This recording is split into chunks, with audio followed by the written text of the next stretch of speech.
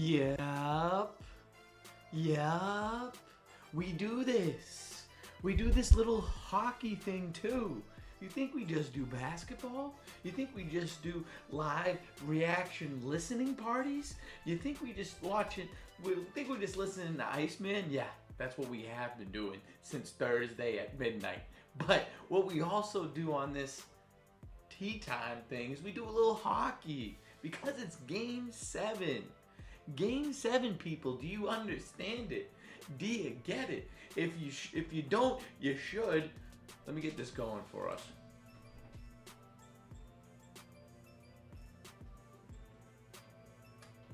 Oh, we gotta play the hype for this right now. Yeah. Guys. Decadence of the $7 box. Decadence of the $7 box at Taco Bell. Alright.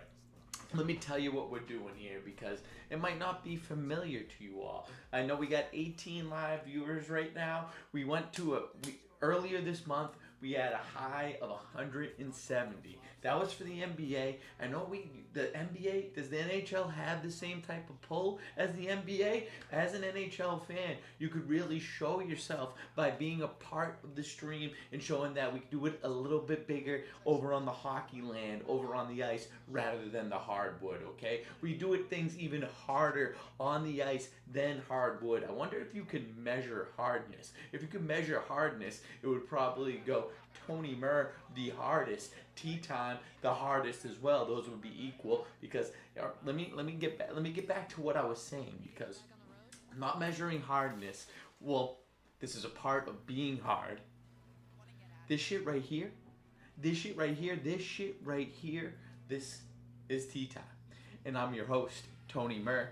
And if you are a fan of the NHL, if you are a fan of the Montreal Canadiens, if you're a fan of the Buffalo Sabres, if you're a fan of the Carolina Hurricanes, if you're a fan of the Vegas Knights, if you are a fan of syrup on your bacon in the morning, if you're a fan of French toast, if you're a fan of the Pillsbury Doughboy Cinnabons that come in that little roll that pops open, I don't care what type of person you are, what type of category you put yourself in. If you are watching this right now, if you are hearing my voice, if you are looking at me, if you are ingesting me through a screen, if you are on the other side of this screen right now, then you are officially teed up. We are teed up around here. Yes, this is Tea Time. What Tea Time is, it's an alternate broadcast. So if you are a sports fan, think of the Manning cast for Monday Night Football, but reimagined, but more entertaining, but with a whole lot more sex appeal and a whole lot more ass to it. You want to really build it from when I was thinking about Tea Time, when I created Tea Time, I was building it from the ass out. You gotta start with the ass, build it up from there. The ass is the foundation around here, so that's where we're gonna start. And if that might be where we finish.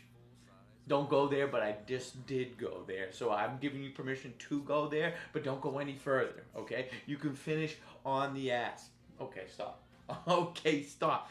This is just a little preview, a little sneak peek into what we're doing here tonight. So I'm gonna be your sight. Well, I'm gonna be your sound for the game. I'm going to be bringing you the sights and sounds of the game through my voice.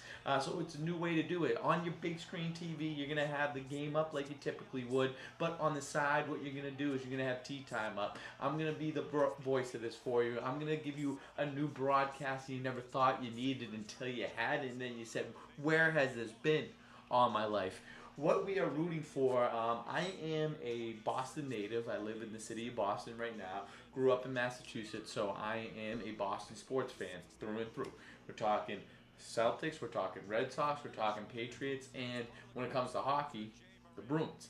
And who kicked out the Bruins from the playoffs earlier this year? It was the Buffalo Sabres. This is actually kind of tough because at one point in time, we've had rivalries with each one of these teams. The one with the Canadiens has gone back as far as the original 6. As far as when there was only 6 teams in the NHL, we were going head to head. So we had the national anthem. You know what we do around here? We stand for this shit. Dougie Allen. with the tuxedo. He's got the American. Oh, yep, they're in Buffalo, but you're gonna get both versions. The backtrack is a little too loud for Paul.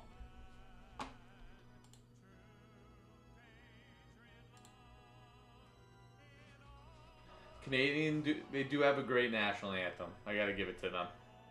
This is in terms of, so we got one Canadian team, the Canadiens, of course, but you also got Buffalo, which is probably the team that is closest to Canada out of all the American teams. So it's probably the most Canadian American hockey team that's out there. You want to throw in the Minnesota Wild, maybe? I don't know. I think let's look that up right now.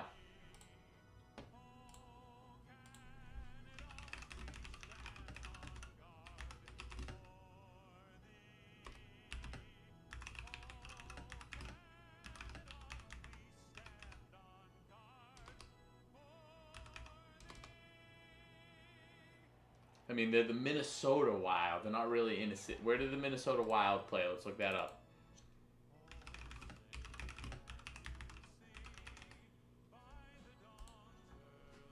Grand Casino Arena. In what town? In what town?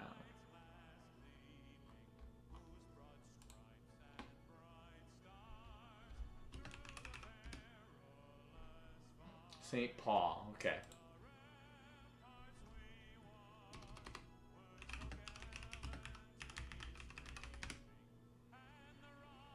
Buffalo is much closer to Canada than St. Paul. Buffalo sits directly on the Canadian border across from Fort Erie. St. Paul is roughly 300 miles from the Canadian border. So, is this basically a Canadian matchup going on right here?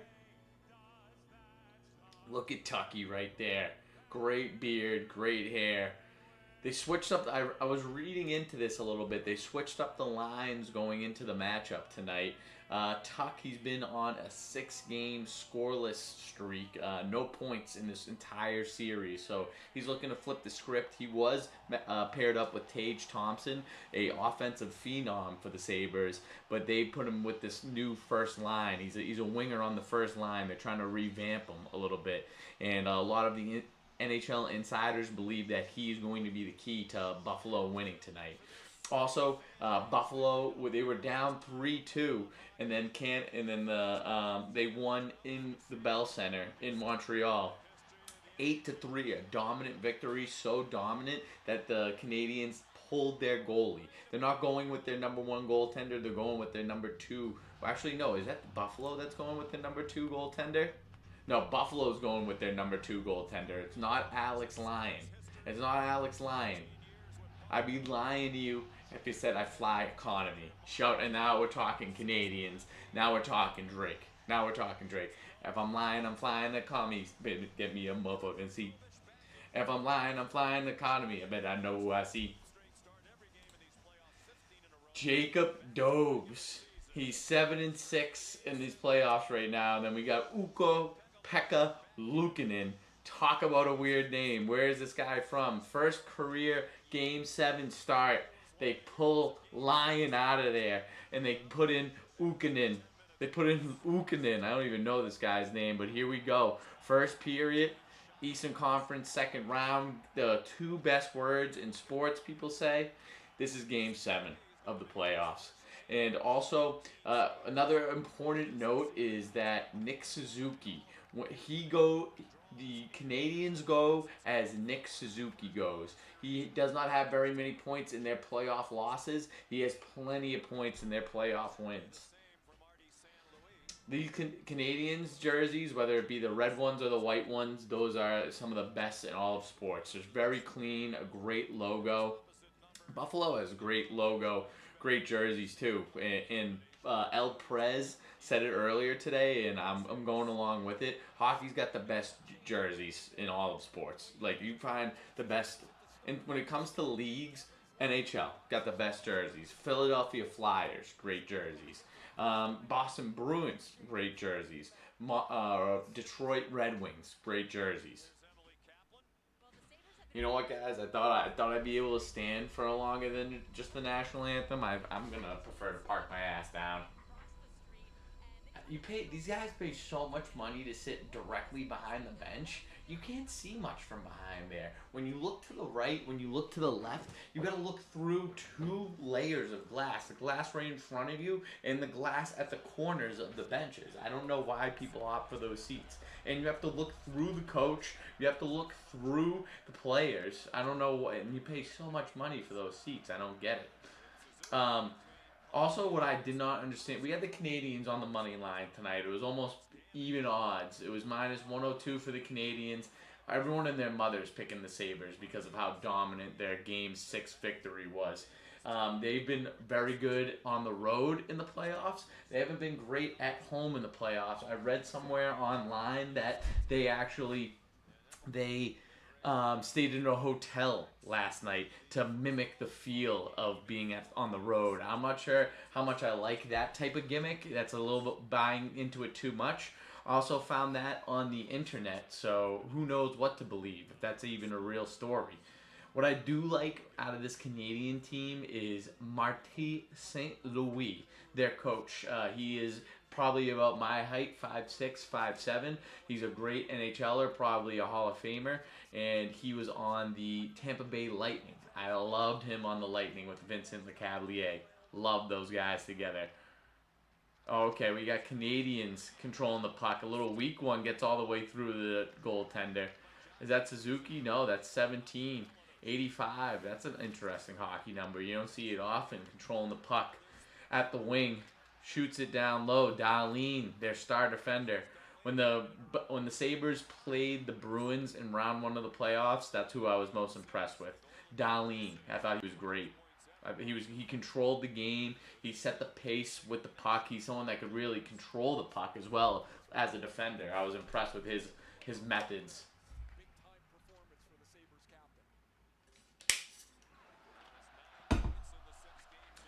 This game, nothing really happening in the game so far. I don't think there's any shots on net. That could have went through. Okay, there's a decent opportunity for Montreal right there.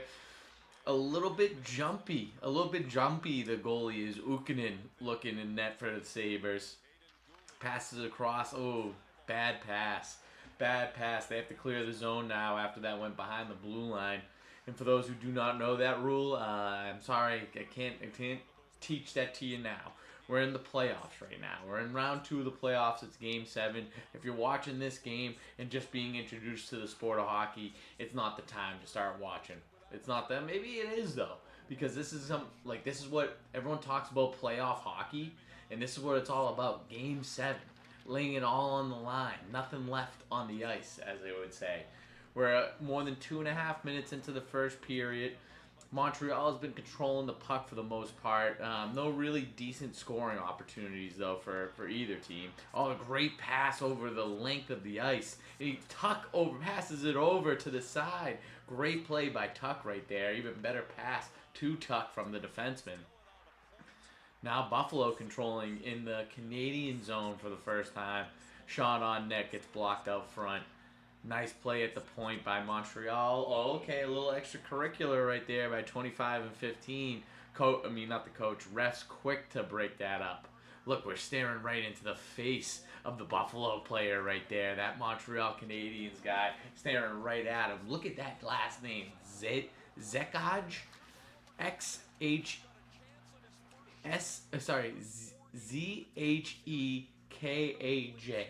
I don't think I've ever seen an X and a J in the same name.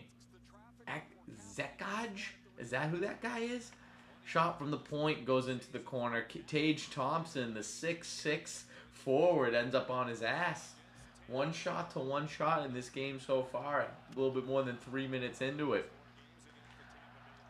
And what I was confused about, there's been a lot of scoring in this series. Both teams been able to put the puck in the back of the net, but somehow this Game 7, the over-under was only 5.5 goals. And I have to say that lends to how tight this game's going to be played. Everyone's going to be a little bit like this. They're not going to be playing that loose. They're going to be playing tight because they know what's at stake.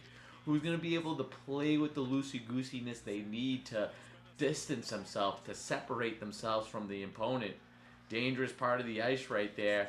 Yeah, this was not good. Suzuki can't be making that type of play in front of your own net. Anything that ensues after this is on you, Suzuki. They need to clear the zone and everything is forgiven. Suzuki back with the puck. He's still having a tough time clearing the zone. The forecheck from the Sabres is really bringing it to him. They're not really sure what they're doing, the Canadiens, trying to break out the puck. Who's that? That ain't Suzuki, is it? 17, yes, nice play. Nice play on the defenseman, using the body. Get that shot off, extra pass, and that's a goal! That's a goal by Montreal. It's a cheap one, but in Game 7, that's the type of shit that you need to make a difference. Little cheap goal. I think it was in a good scoring opportunity. It looked like a pass out front of the net, went off a skate through the 5-hole.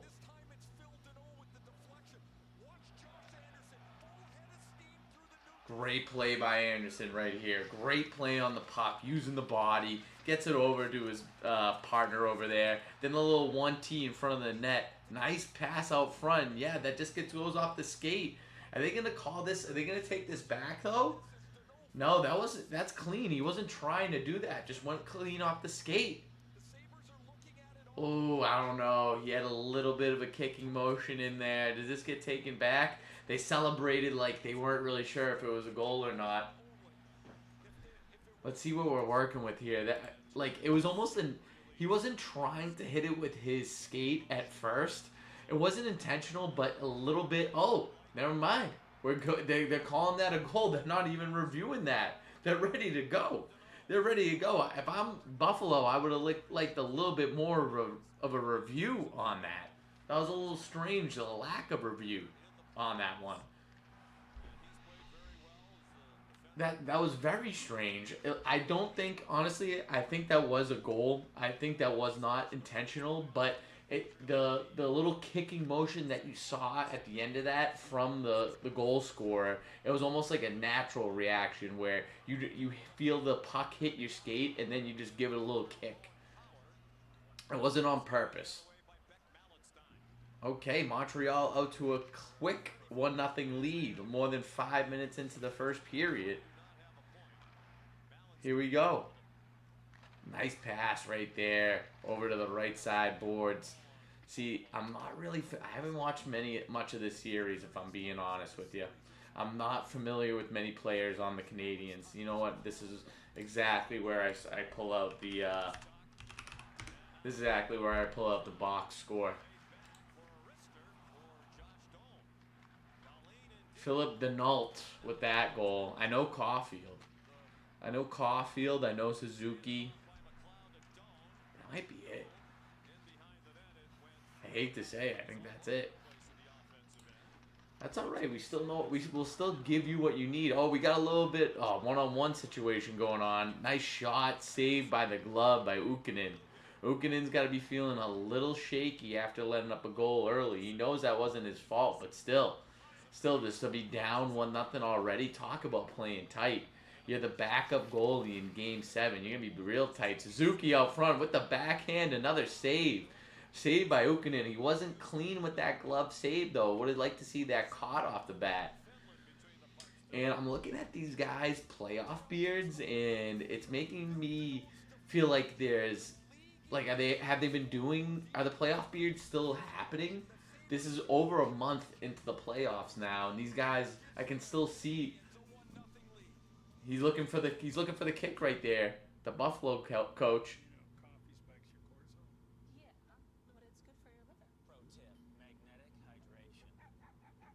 This is a great commercial because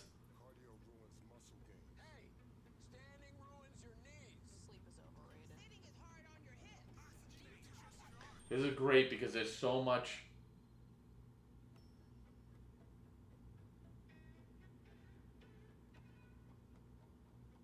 crazy.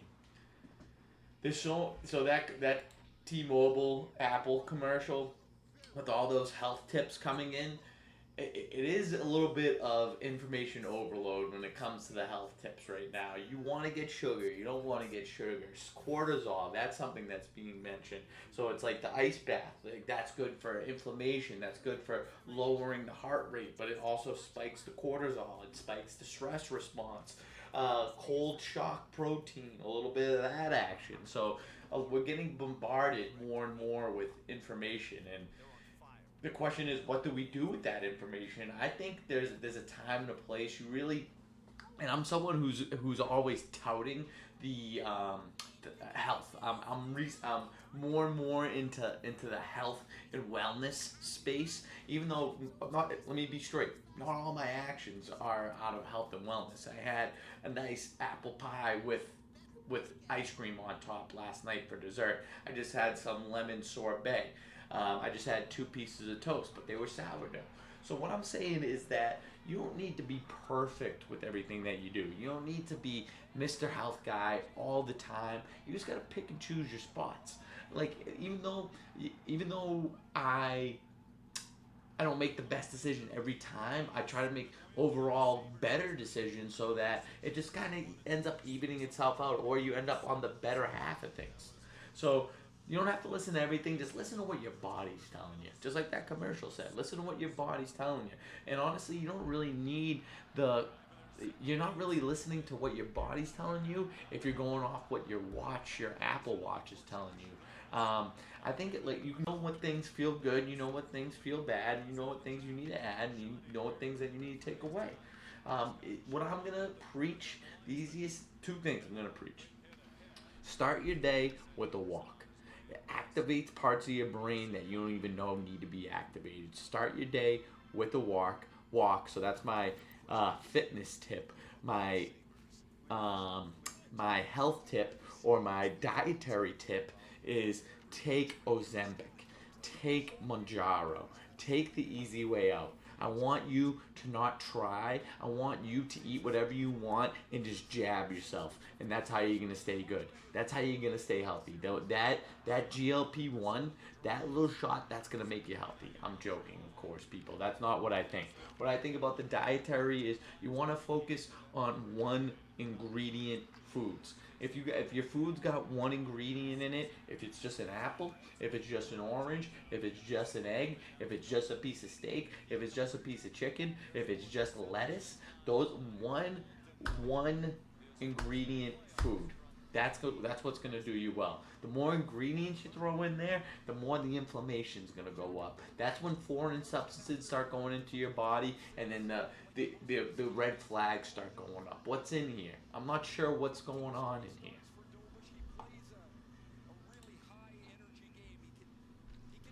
Back to the game now. We are 12:53 left in the first period. Oh, I always forget to do this.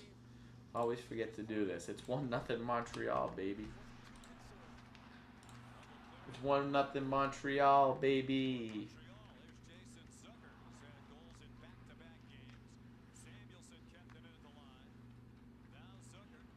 That's a pretty good take there, Riley. I don't know enough about either of the team to say I like the players. For me, I love the coach of the Canadians. I love Marty St. Louis. I'm kind of pissed at Buffalo for knocking us out of the playoffs, so I'm not liking Buffalo more than I'm not liking Montreal. Buffalo fan base is awesome though. It's a great one to keep around. The Buffalo story is great, where have been one of the worst teams in the NHL the past few years. They were pretty much out of playoff contention earlier this year, and then they rallied back. So they're a great story, but their story's gonna run. They're not Stanley Cup champs. They're not even gonna make. Even if they make it to the next round, they're not going to win the Stanley Cup or make it to the Stanley Cup. So you want to see the story go on. I get it, but I don't think it's gonna end sooner or later. It's not gonna end with the cup in their hands. I'll just say that. Montreal's really been dominating this game right now. They've had the puck more, and that's kind of it. There hasn't been great scoring opportunities from either team. Montreal made the most out of their one scoring opportunity. Canadians this postseason 5-0 following a loss. Everyone was liking Buffalo after that dominant victory going back home. I don't think so. That was a dangerous pass back out front of their own net. But Canadians using the dump and chase method early in the matchup. Oh, pokes back out. Oh, that almost snuck through. Ukkonen looking a little bit shaky on the skates right now. I think that puck went off of a referee, then ricocheted itself right into a golden opportunity for the Canadiens.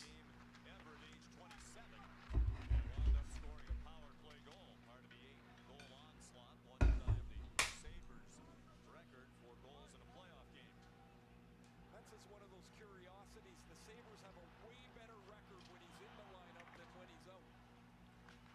Played in 43 games in the regular season. Was with them down the stretch. Oh, puck jumps out in front. No one to pick it up, though. Approaching the halfway point in the first period.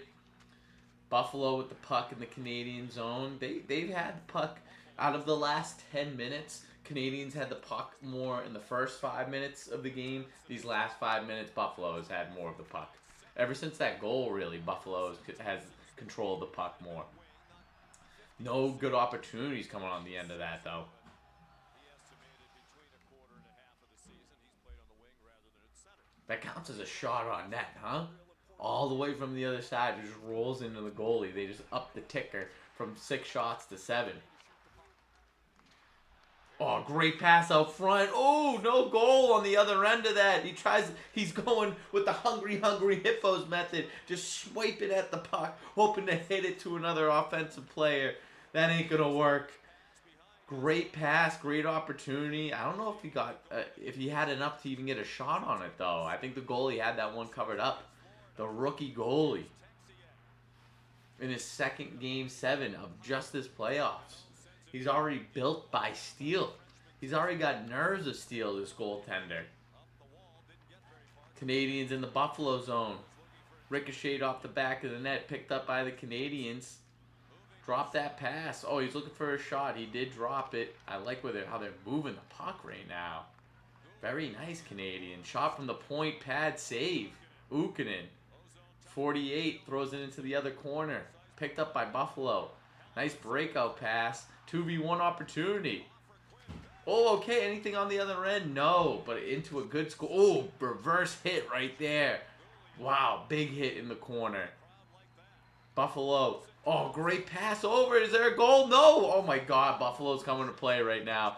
Canadian goalie on his ass. Looking for something. Looking for the puck. Can't really find it. Okay, he's back in his neutral goaltending position. Oh, okay, now this game's picking up some serious steam. Wow, okay, he falls on his face just trying to cover that puck up. These goalies feeling a little bit of nerves early in this matchup. Buffalo they have not shriveled up in the moment. They've come out to answer. They've come out to answer after that first goal. Some great scoring opportunities. Oh, nice edge. Yeah, that's a kick save. Just enough with the puck, or with the tip of his toe.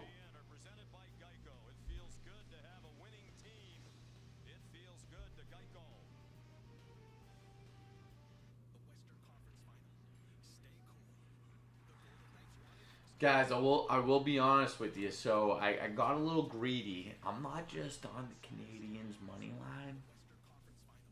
I'm on the Oklahoma City Thunder as well. I do think that the Spurs are going to win the series. I think the Spurs are going to win the NBA championship. But the Thunder, being able to rest for so long, they swept their opponent. They've only played 8 postseason games. There's been 8 games, 8 wins for the Thunder. I think they're going to make it 9 tonight. But it's going to be that series is going to go 7. That series is going to go 7. It's going to be a really good series.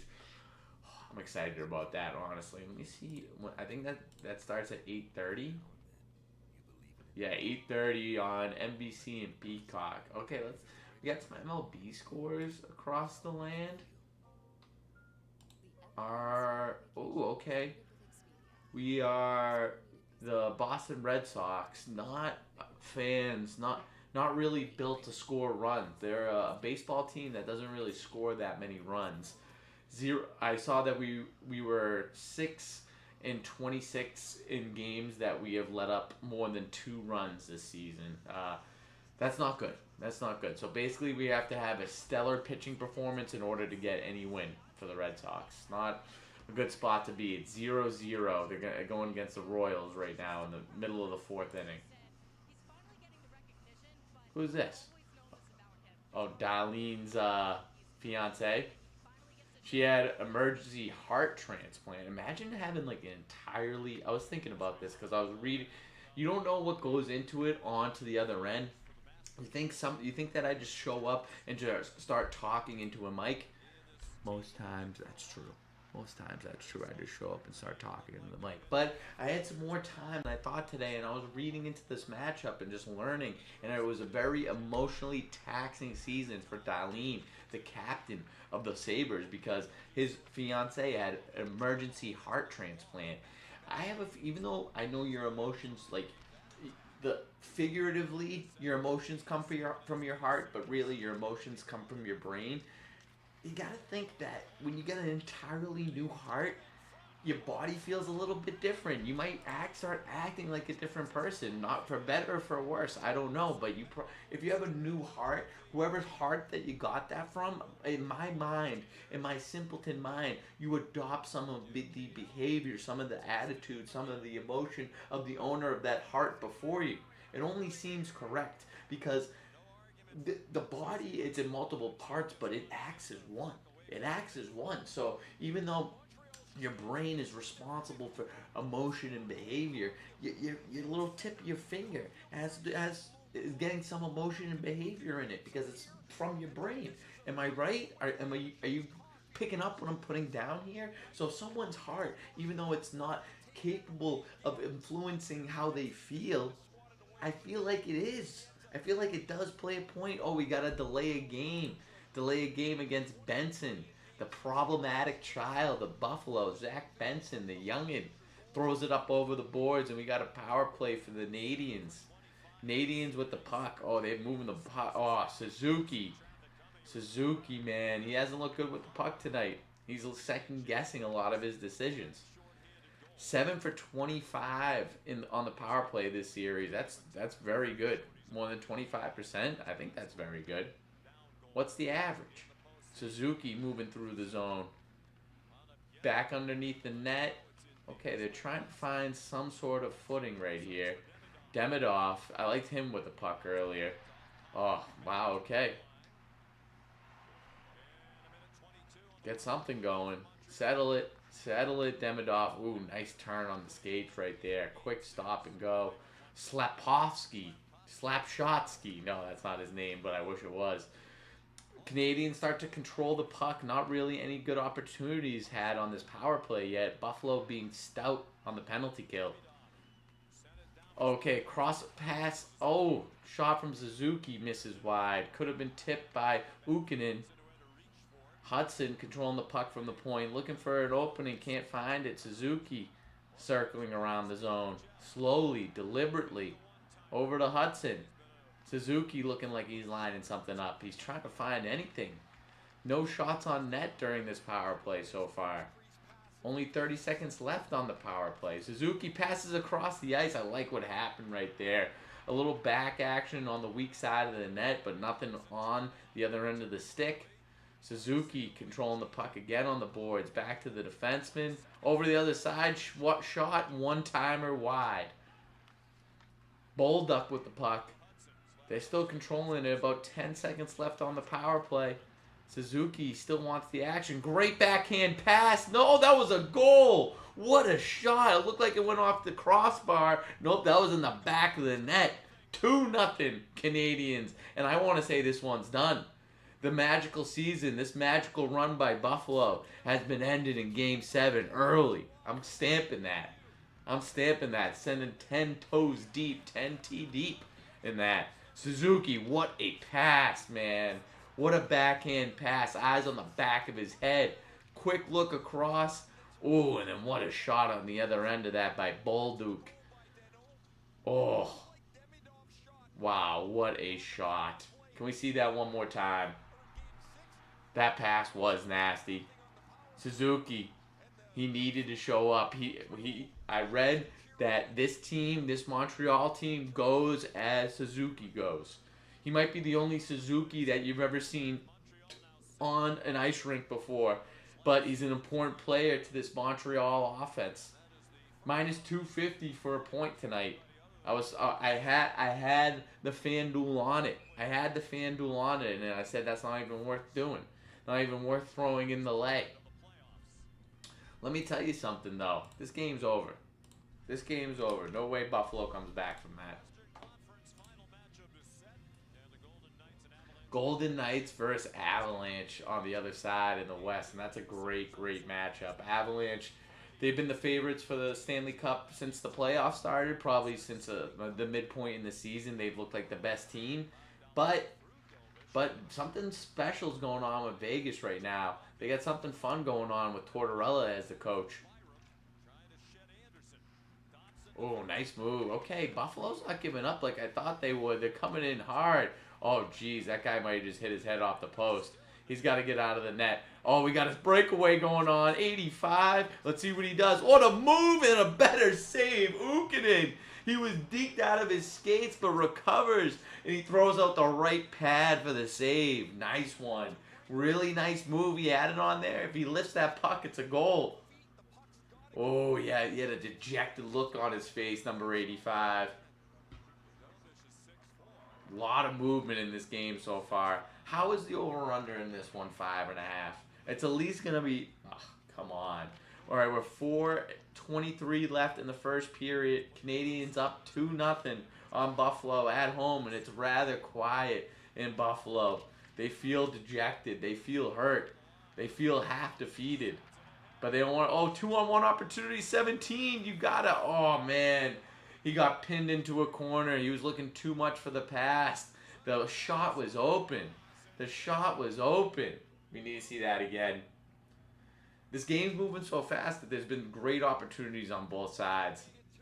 It's pretty clear Buffalo's starting to fall into a hole. They can't give 85. There's been great opportunities like this. Oh, what a move.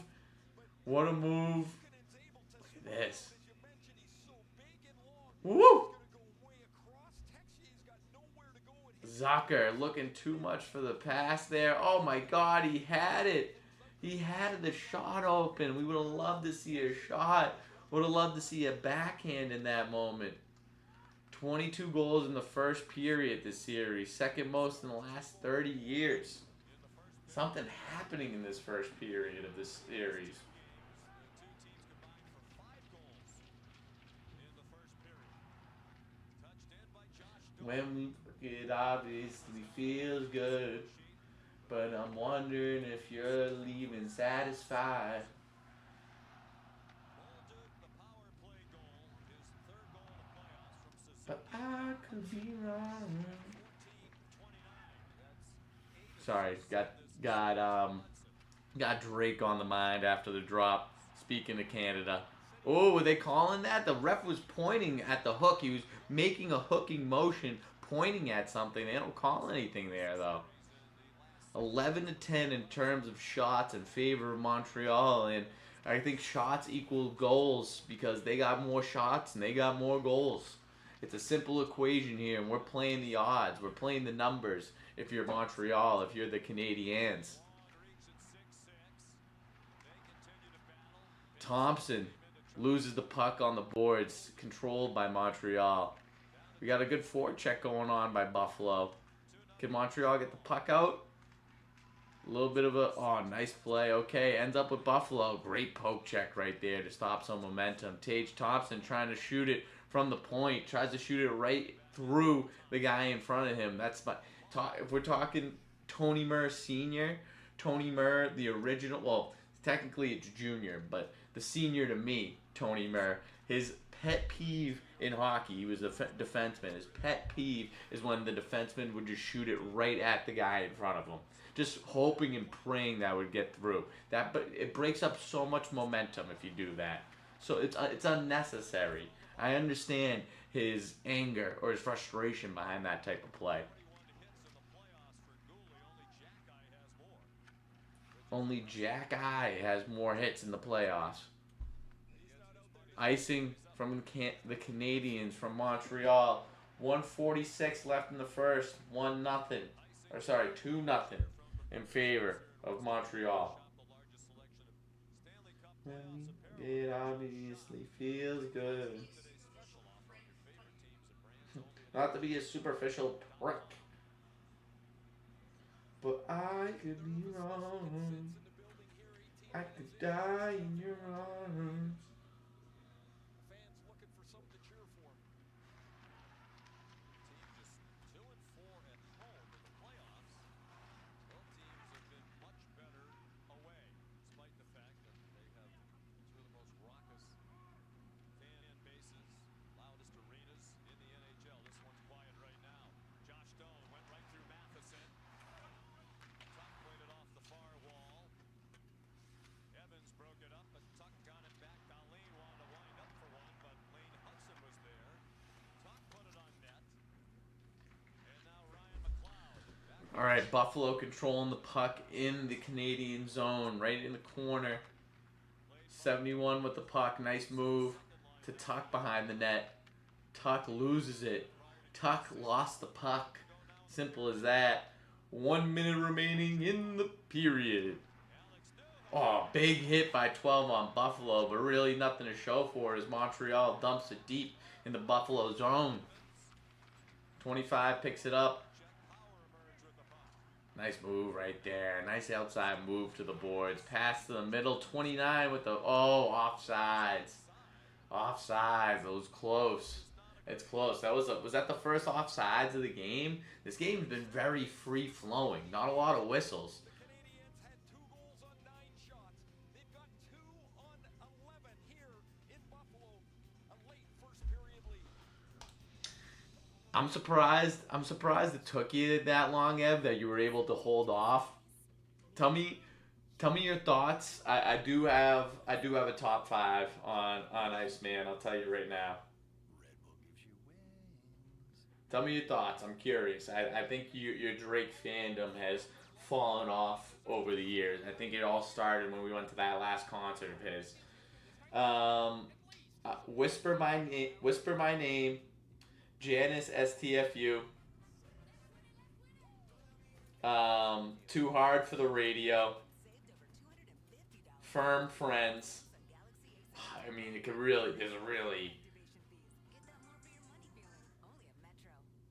there's really some, it could change. I'll give you the top.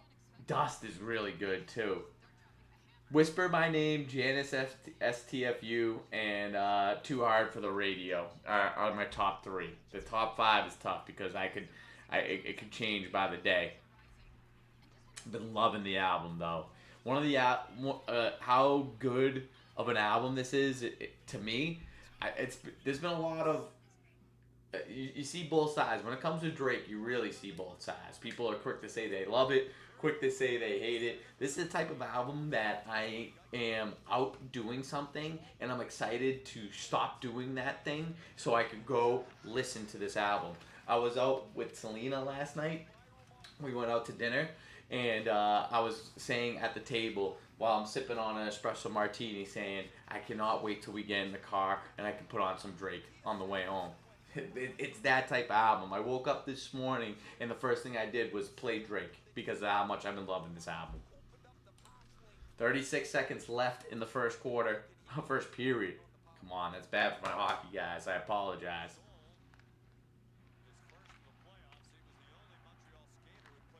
But I could be wrong. I could die in your arms. 12-year veteran. Played in 76 playoff games now with his appearance tonight. Puck just jammed in that corner. It seems like that's going to be the resting spot for the puck for the rest of this period. 4 seconds left.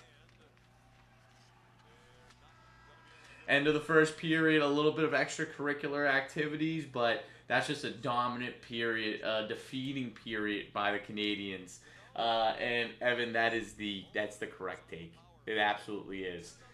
It's got everything that you want in it. It's got hits. It's got bars. He's going after people. He's going after people relentlessly, like airing it all out. Yeah, I do. I can understand that. I think it's like a new sound that he's going with. Like, it's not like a traditional auto tune. Like it's different voices that he's going with. Like it's different pitches, like pitching it down, pitching it up. I think it's cool. Like I like, even though it is like it's auto tune. It's not like he's like I don't think it's like him compensating for his singing. We know how good of a singer he is. It's more just like he's making like a new sound for himself, which I think is very cool. Like the Janice STFU where it's a beep beep baby from Toronto, from BC, Vancouver, she's a BC baby. Like I love the way he's changing up his voice. Um, give me some of your top songs on that, and also just want to see if you've gone into the other two albums. Also, you know what we do at the end of each period. You know what we do at the end of each period. It is horse racing time. You can see the horse race leaderboard right here. Well, before I say that, pick a number between 1 and 6, like the sides of a die. That's going to correspond to a number on this horse racetrack. What happens is your number gets rolled, and 3 in this example, you move up 1 until you get all the way to the end. You get all the way to the end, you win the horse race, you get on the horse race leaderboard. If you get on the horse race leaderboard and you have the most horse race wins by the end of the month, then you win the horse race giveaway. And we give away something different every month. What we're giving away this month, a signature first edition Tea Time hat. That's stitching, people. That's stitching on the top. Rope hat, athletic type of material, snapback. It's a good hat. I'll say, you know what? Might as well throw it on. Am I right? That's a good fit. That's a really good fit. Okay? So that's what we're playing for. Love National Treasures as well. That was a great one. That was one that, like, that beat was being teased in a lot of the promos that he was doing. So we got Evan in the tree spot. Look at this. If we look at this horse race leaderboard, there are a lot of names on there and not a lot of disparity. So we got Evan with the 3, but first come, first serve. I've been streaming for 49 minutes. I'll bring this all the way to 51. We'll give it to 51 to get all the horse races in that we need. Right now, you can get a $319 per month lease on a 2026 CRV all-wheel drive Sport Hybrid. Bowling. Such a well-oiled machine of mischief for the masses. You light the stage for us. You bring the encouragement. And all you ask in return? What's your shoe size? Don't go boring. Go bowling. Go ahead. Crank the volume. We got you. USPS has increased daily package processing capacity by 46% in the past 5 years. For peace of mind, USPS Ground Advantage, official shipping sponsor of the NHL. No, Sir Kyle is down. But the sword fighting is the best part. For Mr. Kent? You believe you know someone until one day they wield an unexpected power.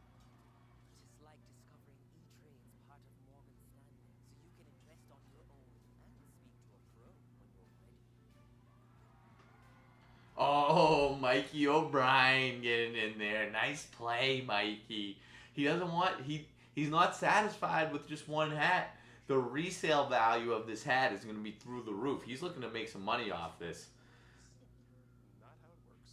Verizon it is. Anyone can bring their AT&T or T-Mobile bill and they'll get you a better deal. What about Habib T? Is those two albums are similar to me where I don't. AT&T, T-Mobile, Spectrum, or Xfinity bill for a better What do you mean? What am I watching? Not as cool as Verizon. What do you mean? What am I watching? I'm watching Welcome to the Expedia First Intermission Report. Yeah, I agree.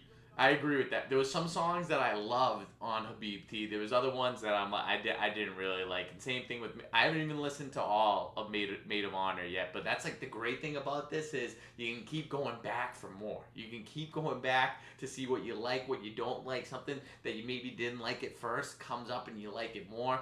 My favorite song on Habib T, Ev, is Gen 5. All right, we got Mikey. Mikey in the 1. Mikey in the 1 spot. Evan in the 3 spot. Let's get this going. When we fuck, it obviously feels good. Ev, how was the wedding that you went to over the weekend, buddy? You were in the Sin City of the South, no? Dirty New Orleans. Nolans, as they like to call it down there. I feel like Lil Wayne had some good, like, things to call New Orleans, and I can't think of any right now. Let me look that up and pretend like I didn't look it up.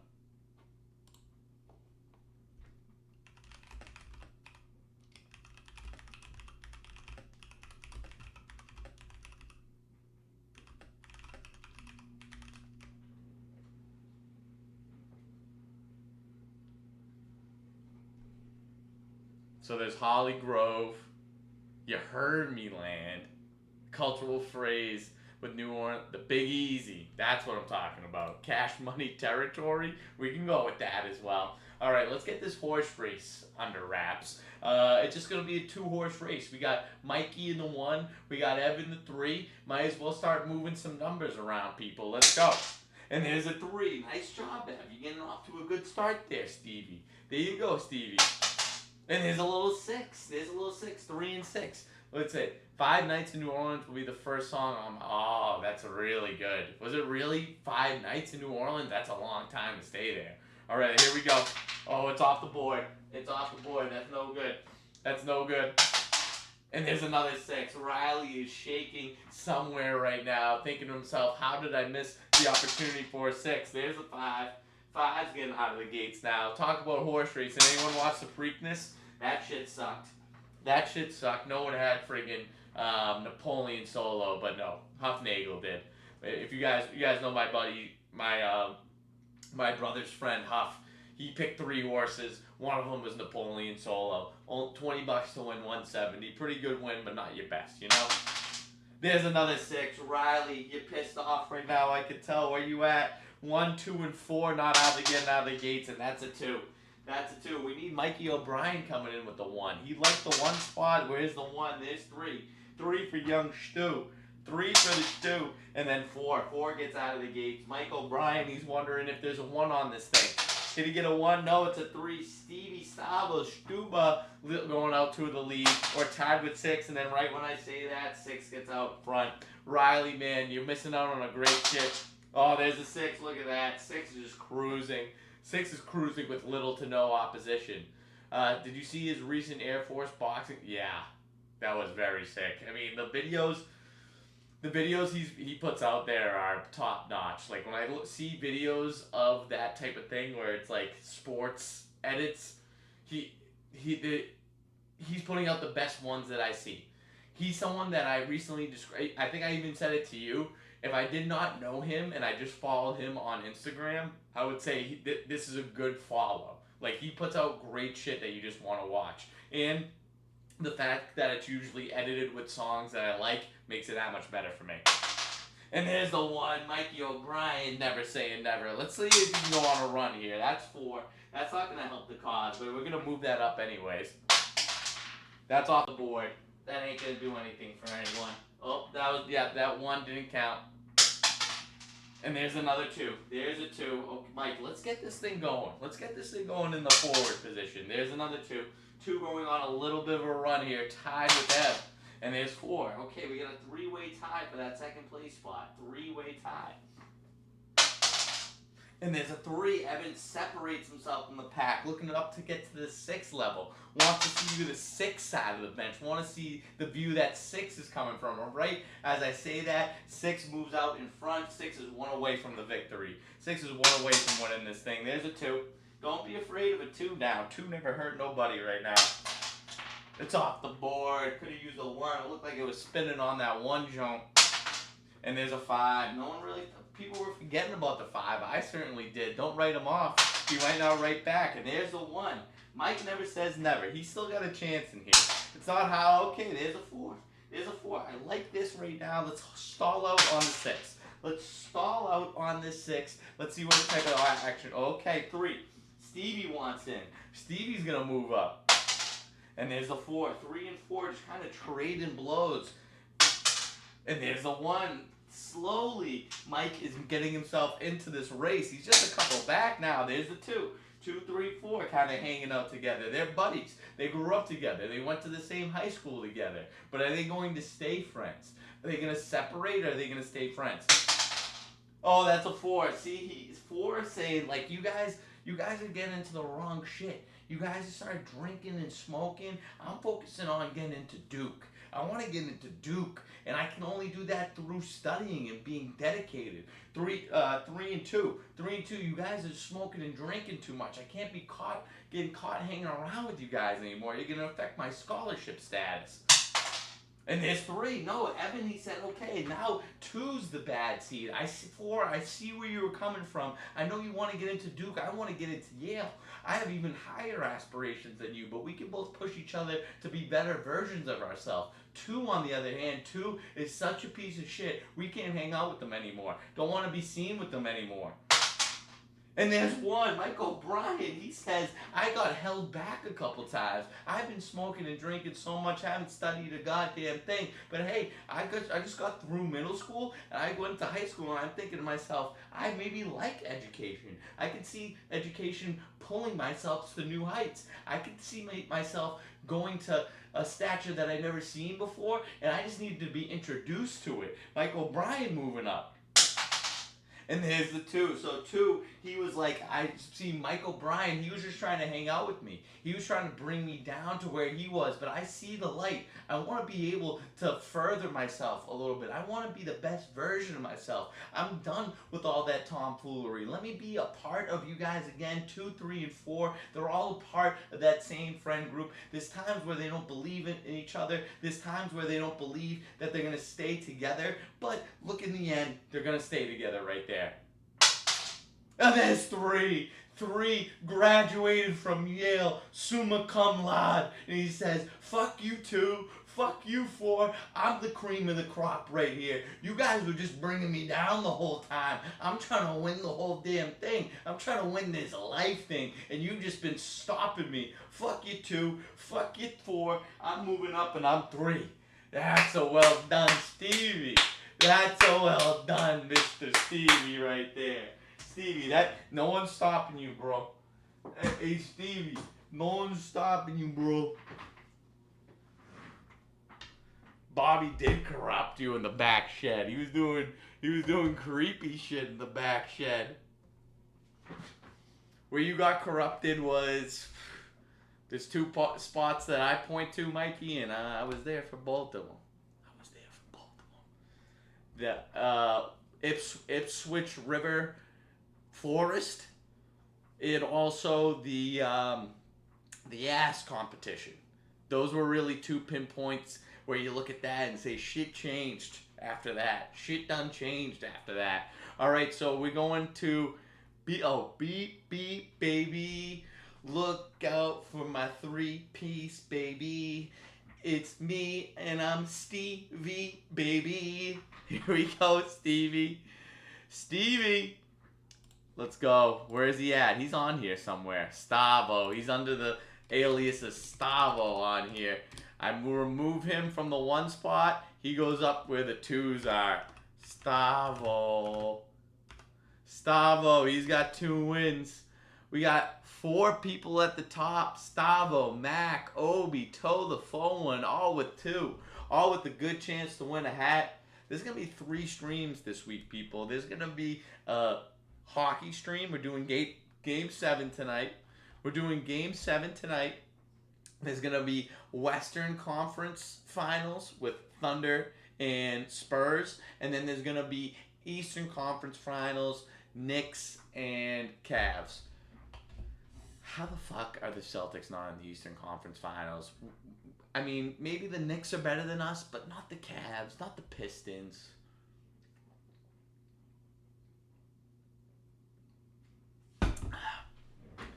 It's always after that first horse race, I feel like I gotta open things up around here, get some air.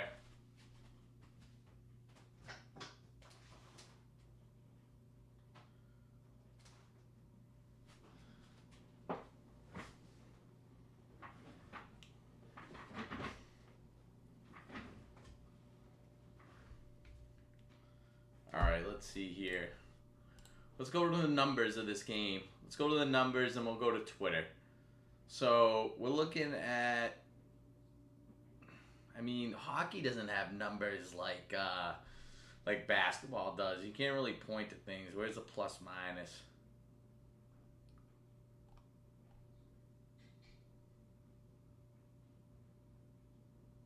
Yeah, see, you're not getting anything from that. Oh, Red Sox, they're up 2-0. Let's look at that box score. Who's got the ribbies? Oh, Contreras, he's got 2 ribbies. Looks like, yeah, he's got a home run. Okay, this guy's, he's getting a little wind beneath his wings. He's batting around a little bit. Who the hell is Sogard? Sogard in there. God, Jalen Duran, or Jared Duran, batting 181. That guy Gasper, the guy who looks like Mickey Gasper. He's got a name and a build and a face like he played baseball in the 1930s. Batting 321. And Wilyer Abreu 295. Red Sox 19 and 27, and then the Royals are 20 and 27. Oof. Let's look up the AL East standings. I was thinking about this today. Is like, this Red Sox team is so not exciting that once the NBA and the NHL are over, and I'm scrambling for sports to cover, like that's not a good spot to be. Where the Red Sox are going to be my only option. I'm gonna have to opt for something else. I'm gonna have to find like a new sport, something new and interesting to root for. Yeah, we are the last place in the AL East, 11.5 games back. Rays are 30 and 15. That's pretty good. Then the Yankees, the Blue Jays, the Orioles. Yeah, 4 and 6 in the last 10. Not good. All right.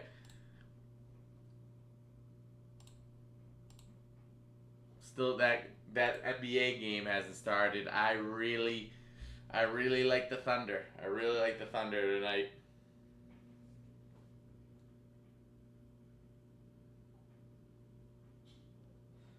I saw somewhere that the Spurs were getting 95% of the bets to win the series. Is that because, like, the people can't be on to something? Is that because everyone wants to see the Thunder go down? Or is that because the Spurs got a nice plus sign next to their name? Everyone loves a plus sign. What's good with that? Is this Ray Ferraro? He's got a great voice. A great announcing voice. A great hockey voice. Great scruff, too. Great amount of scruff.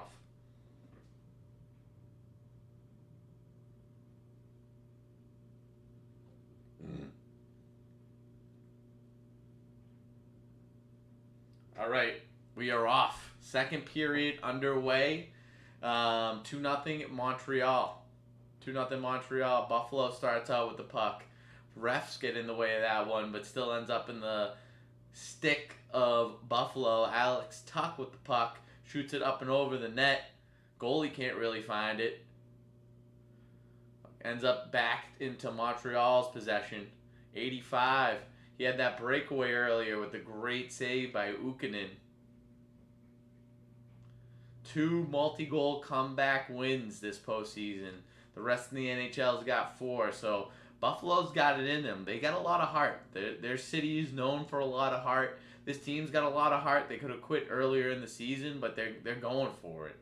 Nice little dump down, but not enough. We'd like to see a little bit more hustle out of 91 right there to get to the puck first. Guy kind of threw it into his teammate threw it into the corner, thinking that he was going to have enough legs to get there before the Montreal player, Stefan Rubidas, with a nice clean-looking suit there, gray with the all black underneath. Marty St. Louis was disapproving of the play that he drew up.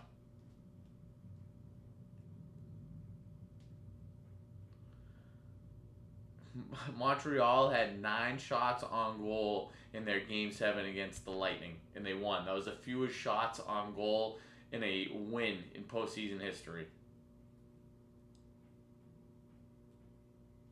Okay, we got Buffalo trying to make a move, intercepted by Montreal back Oh, God, we got a little 3v1 action. Buffalo coming like a bat out of hell, real fast. Scooped away by the goalie. Oh, he's tapping his stick. Is that Benson? Benson's a problem. No, I think Benson's number 6. But that was a Benson move, being very annoying, just creeping up behind the guy with the puck and banging his stick on the ground. Like, would anyone actually fall for that? Because it's not like when I hear banging of a stick that, oh, this guy's close to me. But it does make you a little bit worried, just the audio of it.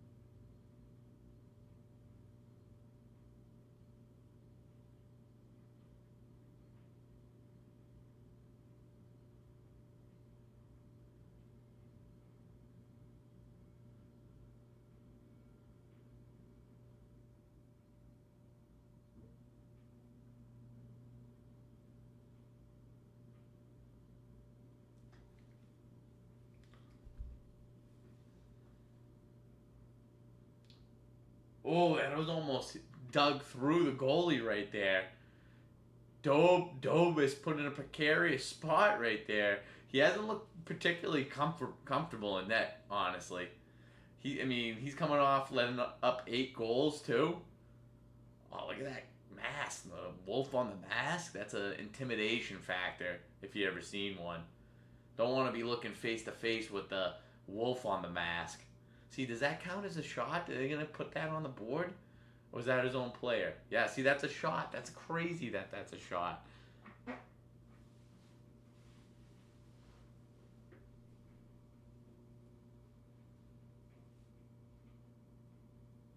Penalty on Montreal right there. What happened? No, a 4-minute penalty? What's that for? High sticking with some blood? Yep. Right there.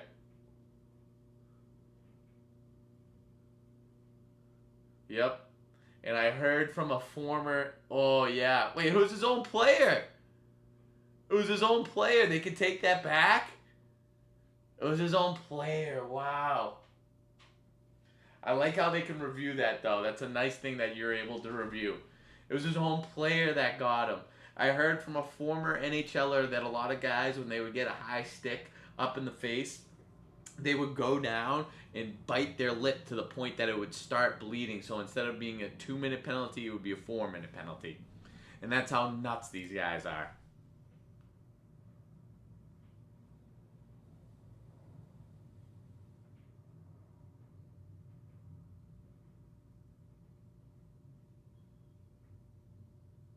There's got to be a quick review. How are they still reviewing it? Yeah, it's nice. And Benson, you just got to feel like an idiot doing that to your own player, your own teammate. The funny thing is too, I could imagine the way that his lip was cut there. I can almost imagine that he was on the ground biting his lip to get that extra 2 minutes. To get that extra 2 minutes, and it was all for nothing. You're biting the shit out of your lip for nothing. Yeah, I did, but I didn't like it at all. I didn't like it. It was just like, it was so football heavy. I didn't find it interesting at all. Did you like it? I thought they did a bad job with it. Like they were approaching it like they were former coaches or players themselves. Like they wanted to know like the X's and O's of how Belichick coaches games. There's like so much good shit to ask him, and I can understand not wanting to ask him like the scandalous shit, like your relationship with Tom Brady, your relationship with Kraft, your relationship with your girlfriend.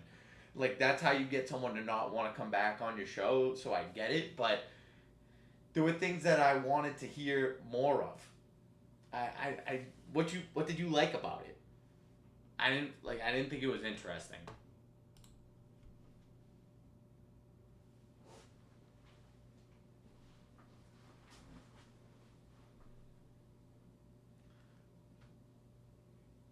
All right, we are a little bit more than 3 minutes in. We're 6:44 left in the second period to be exact. Still 2-0 lead from Montreal. Here comes a shot from Montreal. Save. Play way out by Ukkonen. Cutting down the angles, Ukkonen. Cutting them down like Jack in the Beanstalk. Like Johnny Appleseed cutting them down.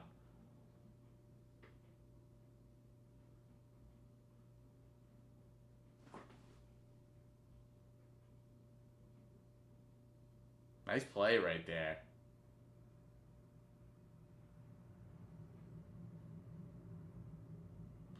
Also, Belichick, like, I'm looking at the way you spelled it. Is that correct spelling? That was always a name that I could never spell correctly.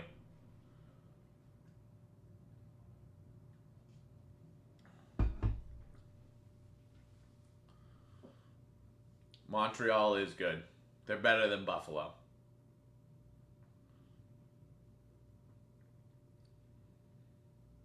Do you think that there's any chance, like, the Hurricanes, they swept both of their series, right?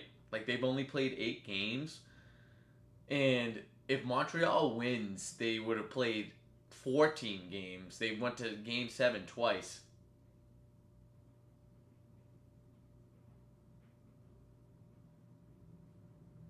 I didn't listen. I haven't finished the whole thing. Oh, so there's a chance that I could end up liking it more, but just the football shit that he was talking about, I didn't care. Like the Navy team in 1973 and how he knew Bill Parcells. Like I didn't care about that shit. No, you didn't miss that, Steve. That line of conversation's open. What I was saying, Ob, is do we think Montreal, after going to 2 Game 7s, if they win this game, do they have any chance against the Hurricanes? Steve, that song's awesome. I mean, the beat behind it, the chorus is super catchy. He's really rapping and calling people out during it. It's awesome. And like if you watch the stream or the music video that went along with it too, it makes you like it even more. And everyone's curious as to who Janice is. Who could be Janice? When I was first listening, when I was listening on the live stream, I thought Janice was like a side chick that Kendrick Lamar was getting with, and basically he's saying like, Janice, shut the fuck up, like don't say anything, like we need to keep you under wraps. But I'm welcome and open to any sort of discussion as to who she could be. That's a top song on the album for sure, Steve. Have you been liking it? I hope so.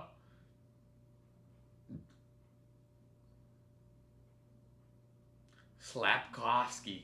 I love that last name on the Canadians. Slapkowski. Buried alive. 14:40 left in the second period. Nothing too much happening in this period right now. Buffalo definitely on the offensive. They know they need to make moves and they need to happen quickly. But I don't know.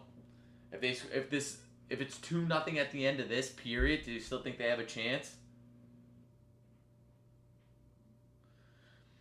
I've seen those conversations, like that it's like a corporate exec in at Universal, which would make sense. There's in the background of the song, it's like, Janice, shut the fuck up. Like I want to know what that sample is from. I feel like maybe the answer is right there. I also heard, my brother told me this theory today, that it could be um, Janice from The Sopranos, Janice Soprano, when she's with Bobby Baklava, and like Bobby was the nice guy, like Drake was the nice guy, and then like Bobby eventually snapped and told Janice to shut the fuck up, and then he turned into a bad guy, started killing people, and now same thing with Drake, turned into start killing people, and Janice was someone that liked to think of herself as a good person, but really she was a shitty person behind the scenes, and he's a lot of those same themes in the album. He's talking about, like he talks about Kendrick like that. So that's another theory that I would like to buy into. I love how much he was calling people out in that whole album, and he wasn't doing it. I mean, I think there's a lot of subliminal shit in there that we don't know. I was saying this on the stream that there's a podcast called Drink Champs with this guy who's like a hip hop icon, Noriega, and he had Kanye West on there, and they were talking about Drake. And Kanye was like, when Drake disses you, you don't know till about a year later. And like that's how interwoven and intricate the disses are. It's a fun theory. It's a fun theory. But like the two biggest call outs of that album to me, like the most damning shit, was him saying DJ Khaled, like his fans are waiting for him to say "Free Palestine," and he hasn't said anything. And then also in the "Too Hard for the Radio," when he says that he was referring to Jay-Z, that he was island hopping, and then his name got redacted from the files. Like saying shit like that shit that like, like, you know what? You're saying the most damning things about someone, and they're fucking true. He was on there. He was on there. It's so crazy. And like what I love about the "Too Hard for the Radio" song is that like the first half of that song is like it's a radio song. It's something that Universal would love to be able to put onto the radio, and then he switches it up and starts saying shit like the island hopping thing, and it's like you can and you could never put that on the radio. So like basically saying fuck you to his label. I love it all. And that's just look at the breadth and the depth we got over at Tea Time. We got range over here. We're going from Drake to a little bit of hockey, but when you see through it, when you look into it, it goes hand in hand. We got Drake, a Canadian, and we're watching the Canadiens game right now. He's from Toronto, I get it, but there's a little bit of a connection if you look at it.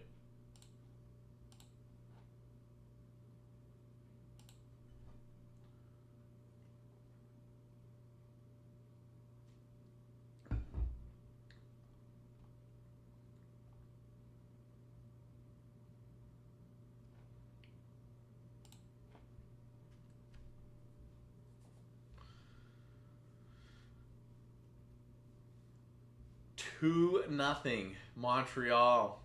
13:36 left. And a lot of more whistles in this second period. It's not as free flowing as the first period was. Back to back sweeps from Carolina.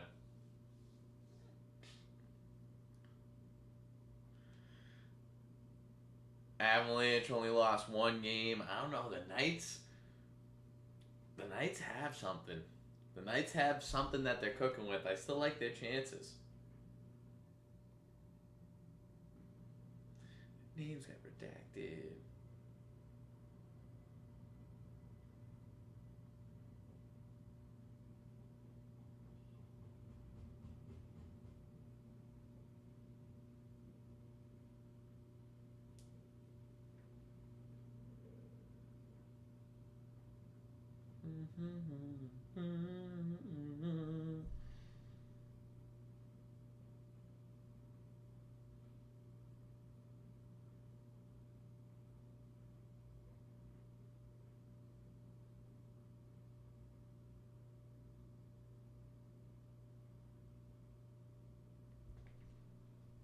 All right.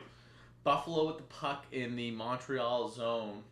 A nice little forecheck that they got going. Puck in the corner right now. Montreal comes it up with the puck.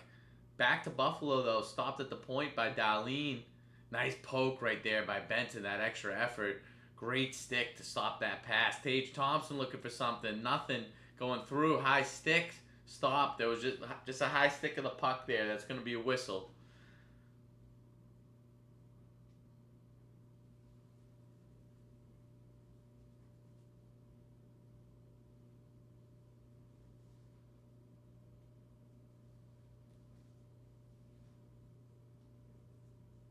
Great hand-eye right there by Dobson.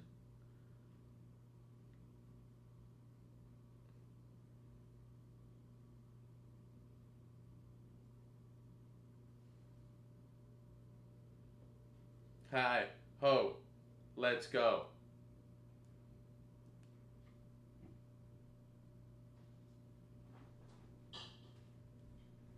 Blitzkrieg Bop.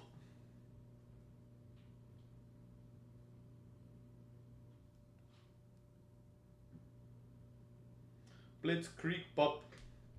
See, those seats are, I mean, they're great for a certain section of the ice. The seats that they were just showing in the corner right there, where if you look to the left, you're looking right down the bench. But if you're looking straight, you're looking right into the zone of whatever team's shooting on that side of the ice for that period. It's great. It's great when the puck is in that section of the ice. But if you're looking down the other end, you have to look through the glass to try to see. I just don't think it's worth. Like, you almost want to be like 10 rows back. The closer you get, yes, it's really cool for that section of the ice, but to be able to see the whole game, maybe you even want to be 15 rows back.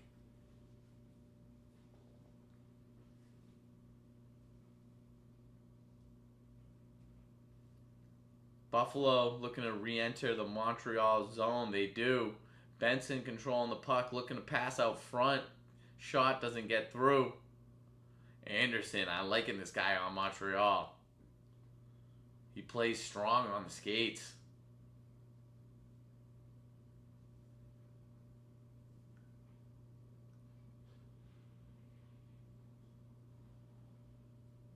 Oh, okay, we got Anderson on the breakaway, lifts it up and over, shoved from behind. That's got to be a penalty.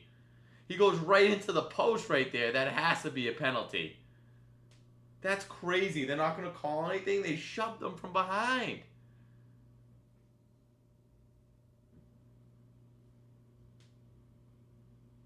Oh, we got a trainer already out on the ice right now.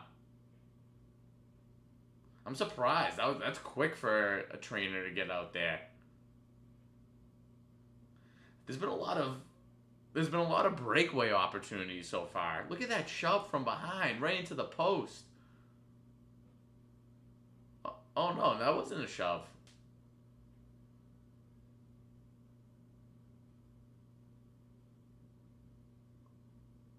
Oof, yeah, getting the post right into the midsection.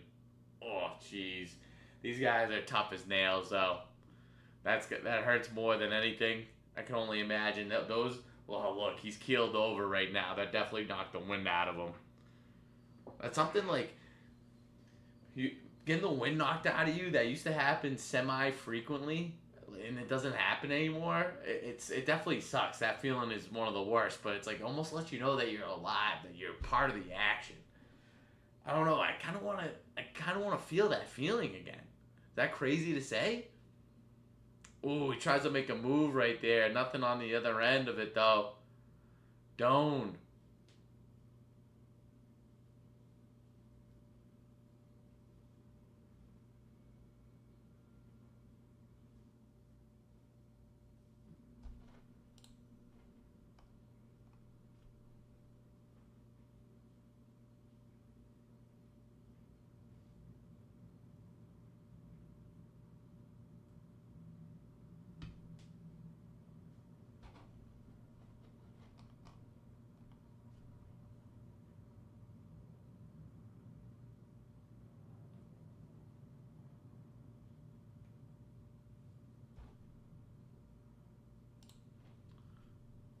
Slapkowski. Suzuki, nice pass out front. Oh, he couldn't handle it coming into the zone. Now we got a 2v2, 3v2 for Buffalo. Gets chopped away by the defender. Back going towards the Buffalo zone. Suzuki enters. Overpass into the boards. Back to Suzuki out front. Stopped by Ukkonen. Now we got Buffalo looking to get back into the offensive matter. Offensive mindset and mind frame. Big hit behind the net. But back to Montreal. This is like how the first period looked. A little back and forth action. This is what the fans want to see. Shot on net. Gloved by Ukkonen, but not covered up for the right reasons. Oh, wait, maybe not.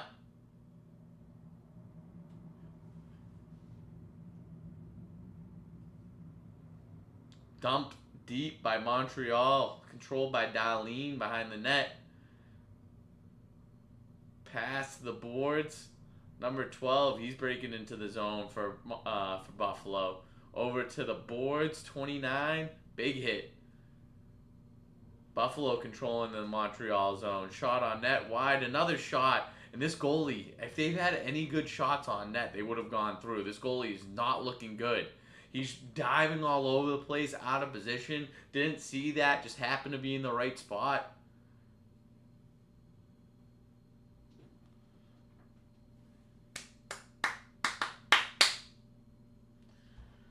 I'm tuning in.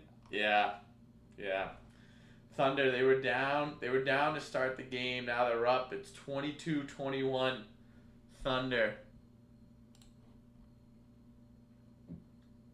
Is that on Prime?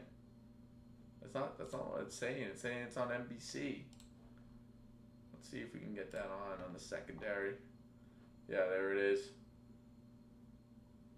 You almost don't want to go in like that, though. We're doing hockey right now. We're doing hockey. When we fuck it, obviously feels good.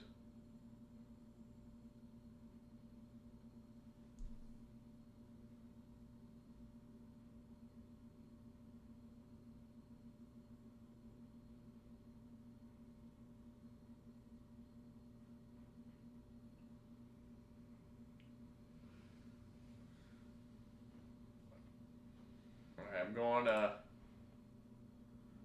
my Twitter. There's some things that I'd like to, So let's go. We'll start. Drake allegedly signed a $2 billion deal with full ownership of his music to a private equity firm. It will be announced publicly very soon. He's now the richest musician in history, free from UMG's bullshit. I promise you, nobody's ready for the new Drake. It's just crazy that his music is so good. He is so valuable that people are paying $2 billion for that music.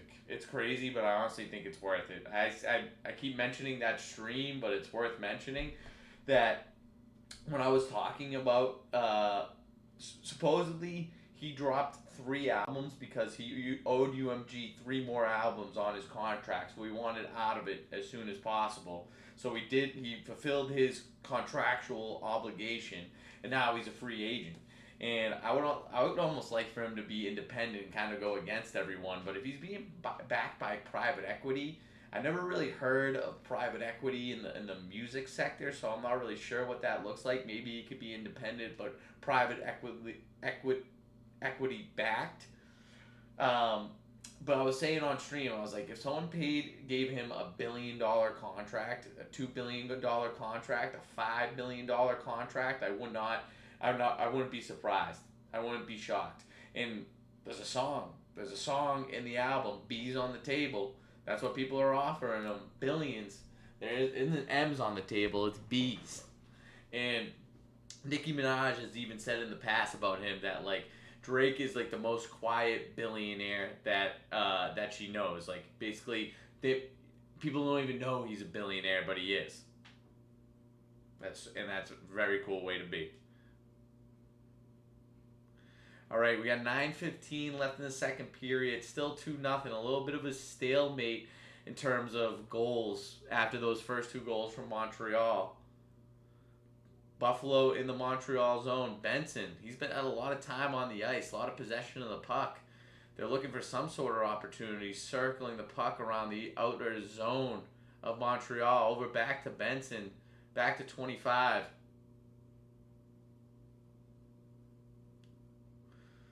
Steve, I think that is I don't think it's 100% factual, but out of all the things that I've heard on the internet regarding this album, I'm pretty sure it's closer to fact than not. Like I could say like 95% confidence that I think that's the reason he did 3 albums.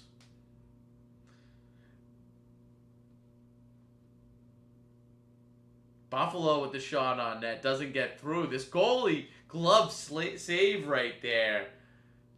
Dobesh trying to make something happen. And that's fine. We can go there. We can go there. Give me have you listened to all 3 albums, Steve? And let me know if there's anything else that you're wondering my opinion on. Any other questions you got? Yeah, that shot just right where his glove was. It was a good scoring opportunity, but right where he was positioned to be at. And that's how they tell you to goaltend. It's all about positioning. It's all about your relative positioning. So if you're getting into the right spots, then you're playing a good goaltender. 33 goals and 33 assists, exactly 33 apiece in the regular season for Tuck. And he's on a 6-game pointless streak right now, like I mentioned earlier, right when his team needs him. But his team's still in it. There's a game 7, but they need him to have a point this game to make a difference. Montreal loses the puck in their own zone. Great forecheck by Buffalo. Going to the other corner. Montreal trying to clear the puck from the zone. Up against the boards. Controlled by Buffalo again. Good poke at the blue line. Dumped deep by Montreal. 7:36 left in the second period. Montreal with the puck. Is that Cole Caulfield? Have not noticed much of him this game, honestly.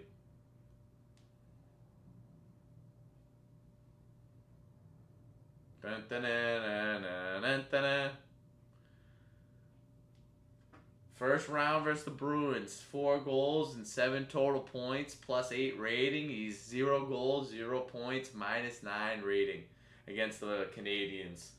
The reasoning behind that, some sort of injury, that's what you could probably point to. That's what you could make that guess. Not sure if there's any truth behind it, but if you're an Alex Tuck believer and defender, you probably want to believe that. You want something to at least point to say this is why you haven't been stepping up this series.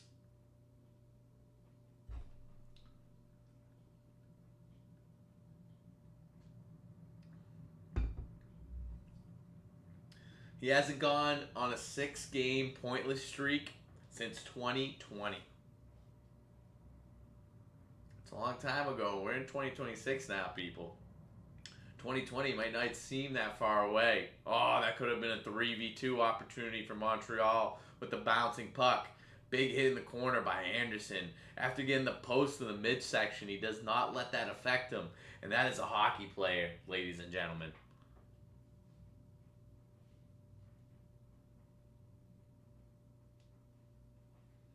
Oh, we got a little movement from Buffalo. Throws it in front of the net. Shot. Scored. Oh, there's a little bit of life in upstate New York. Woo! That was a great... that puck just bounced into the right guy's stick. Goalie did not know where it was. A lot of commotion. A lot of confusion in front of the net. Samuelson lifts it. Top corner. Great shot right there. He didn't even know it went in at first. We need to see this shot again.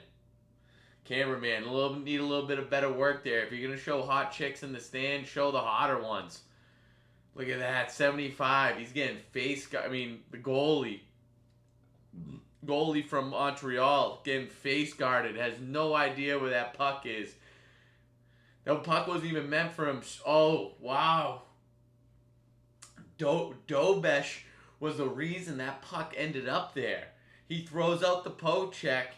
And I don't really see goalies playing the puck like that. You almost don't want to have any sort of redirection like you saw right there. He plays the puck Puck doesn't end up where it was meant to go. Goes out to the defender. Easy look. He sees the top corner of the net. Dobesh, he's just looking right into the gut of the Buffalo defender or Buffalo player in front of him. 6:38 left in the second period. We got life, and yes, I will correct this. Oh, we looking for possible goaltender interference? I didn't think I saw any. I don't think I saw any.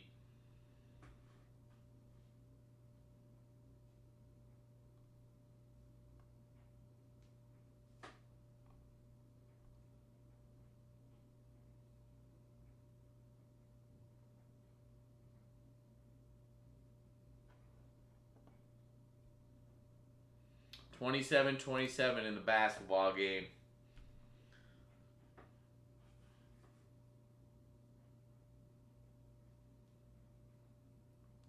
All right, Montreal, they knew they can't sit back.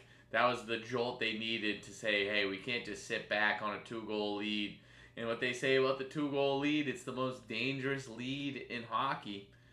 Next thing you know, Buffalo with the golden opportunity shot at the end of Benson's stick, I think that was, and it was wide. What an opportunity. Squandered. And now it's all Buffalo in this period. This game has flipped on its head entirely. Montreal, they thought like I was thinking. You can't think like I was thinking. You can't think like I think, Montreal, because I thought you had this game locked up after the 2-goal lead, but Buffalo, they're in it. The fans are in it now. This is changing the tenor and the tempo of the game. They're going with the Bruins method against the Sabres, where the defenseman just flips it up into the defenders of Buffalo. The defensemen of Montreal, they're flipping it to the Buffalo defenders. The difference is the Montreal skill players a lot more skilled than the Bruins. They can actually get to these dumped pucks.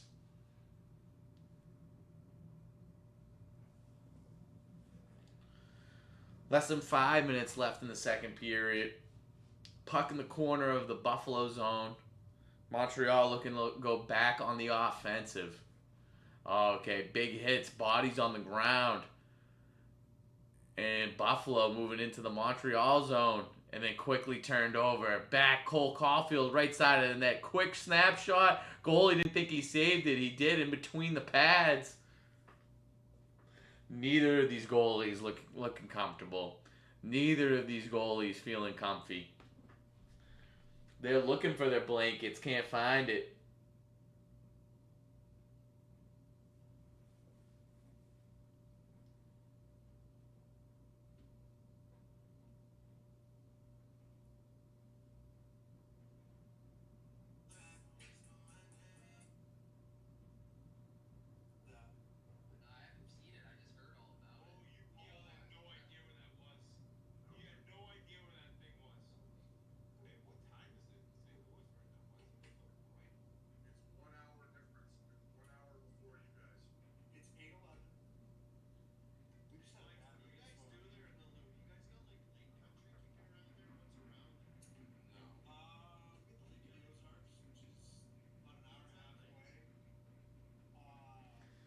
I just gotta see the competition that's out there. We got Tea Time with 22 live viewers. That's just on the Twitter side of things, and then going against Spin Chicklets. If you're a hockey fan, you might have heard of them. Yeah, they got 32,000 watching their shit. Got work to do. There ain't no doubt about it. But hey, we're working towards it.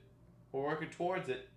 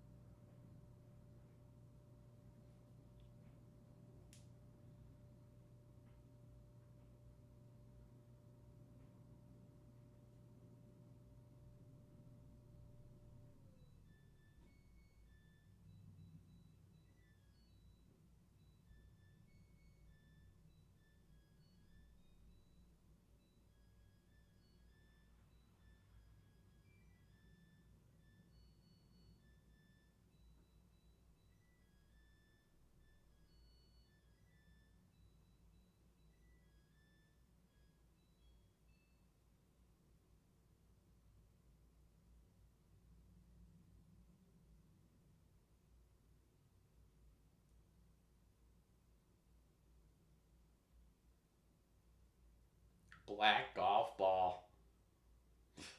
That's gotta be hard to find, no? Black golf ball from Bridgestone.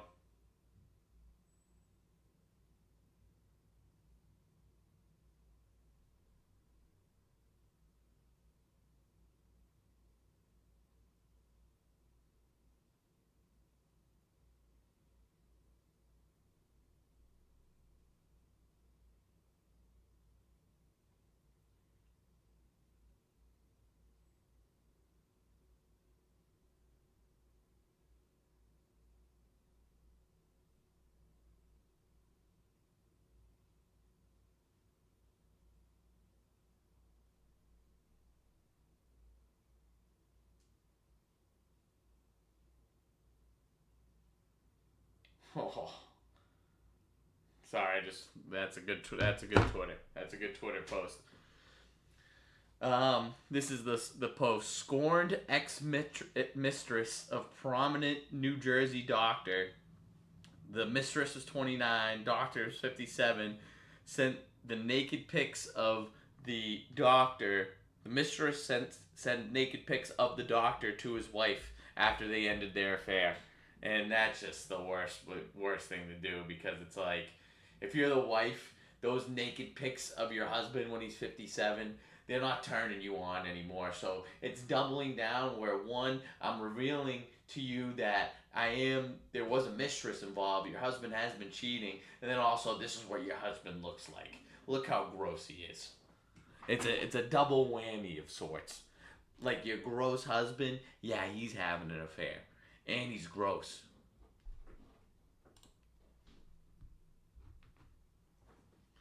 .336 in the second period, 2-1. Everything going Buffalo's way right now. Puck in the neutral zone. Suzuki, seen a lot of Suzuki out there. It's a Suzuki type of day, and they said the Montreal goes as Suzuki goes. Good pass over. Oh, couldn't be corralled by 94 right there. The Canadiens desperately need to get out of this period. They need a little bit of talk. The Darlene, whoever the fuck that was looking for a icing. It was clearly touched before. He could have cost something right there, but that's okay. Ends up back in the Montreal zone. Controlled by Montreal. Breaking out the puck. Past the red line, dumped into the corner, and now they go. Over to the other corner, now Buffalo looking to break it out. Nice corralment by that player right there. Over to 23, Samuelson. Shot 19, save by Dobesh right there. Nice spin move by Buffalo. Looking to get a shot on. Dobesh isn't seeing shit right now. Anything that's going towards him, he's not seeing. They need to get out of this period and change their entire. They need Marty St. Louis, and they need him bad. He needs to have some sort of pregame or second to third period intermission report that's gonna change the tenor of the team. They need to have a different mindset going into this third period, because they were taking this second period way too lightly. Shot on net right there. Curves around. Oh, a little shot on net from the point with traffic in front. That was a decent opportunity. Probably the best opportunity that Montreal has had. No, because they had that breakaway. Never mind. I was going to say best opportunity in the second period. Best opportunity they've had in a while. And it was like a sneaky one. It's not one that they expected. 19-17 in terms of shots on net. Just kind of threw those numbers out there without any context. Buffalo with the shot. Dobesh, he doesn't know what the fuck's going on. If I'm Buffalo right now, if I'm their coaches, I'm telling them to get shots on net, because Dobesh ain't seeing shit. Look at this. He's all over the place. He is all over the place. He has no grounding, no footing. Nothing to stand on, no base. Oh, Tuck tries to lift it up. Couple bats around in the short side. Nice play right there by Caulfield to get out of the zone in 1 minute remaining in the period. 51 seconds to be exact. Oh, he tries to corral the puck right there. Great opportunities. Oh, wow. This is, oh,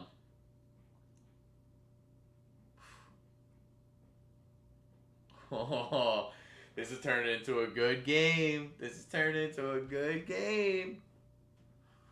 Great play by Quinn. Couldn't be handled. He flipped it up right. Yeah, that's a tough one. That's a tough puck to corral. I hate that tape job. Just just 3 strings around, just the toe. Tuck tries to get one over. Oh, yeah, what do you even do there? Do you try to bat it out with your stick? You try to grab it with your hand? 32 shot attempts by Buffalo this period. So I think they're clearly getting the memo that you need to get shots on Dobesh, because Dobesh, he's shaking in his skates over there. Oh, look at that opportunity. He's way out of position again. Puck in the crease. It's getting just covered up. Look, he just throws himself on top of his own players, hoping to cover up something. He has no idea where the puck is. This guy's looking bad. This guy is looking bad. Oh, we need to see that again.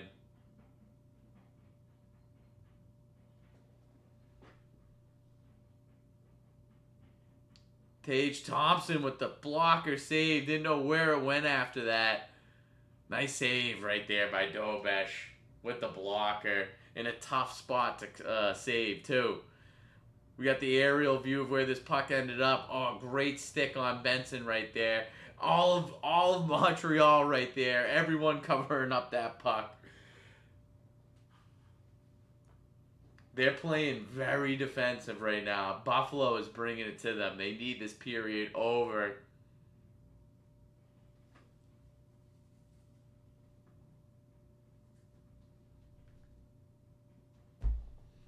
.31 seconds left in the period. Face off in the offensive zone for Buffalo. Nice draw. Nice win by Montreal right there. Dumped deep by 71. He's in pursuit with the forecheck. Anderson throws himself back there. Not enough. Buffalo breaking out of their zone with 15 seconds left. There's Tage Thompson carving through the defense. Shot on net. Save. Nice shot by Thompson. Shot out front. No good. Thompson throwing himself in front of the net. Nothing there. End of the second period. Wow. Stevie with a Riley-like type of draw with that 3 right there. He was ready to go right at the end of that period, right as the whistle blew, right as the horn sounded. Evan gets in there with the 3. See, I didn't have the sound going on that one. That's okay. All right, so I've been streaming for 1 hour and 50 minutes. We're going to have to throw... I'm going to do 152. Oh, Riley. He still gets his 6. You should have seen what 6... It was almost like 6 knew that you weren't on it, Riley. It had a really good push. It had a really good race. Couldn't cross the finish line. Stevie got the win, a.k.a. Evan. We got Evan in the 3, Riley in the 6. 2 more minutes to get in for the horse race, people. Get in while you can. We're going to have some fun with it. First come, first serve in the chat. You pick a number 1 through 6 like the sides of a die. In terms of an object, not like death. Not like the end of life. Die as in a dice, okay? 1 through 6 corresponds to a race on a horse track or a horse on a racetrack. That's what I'm talking about. Horse on a racetrack, that is.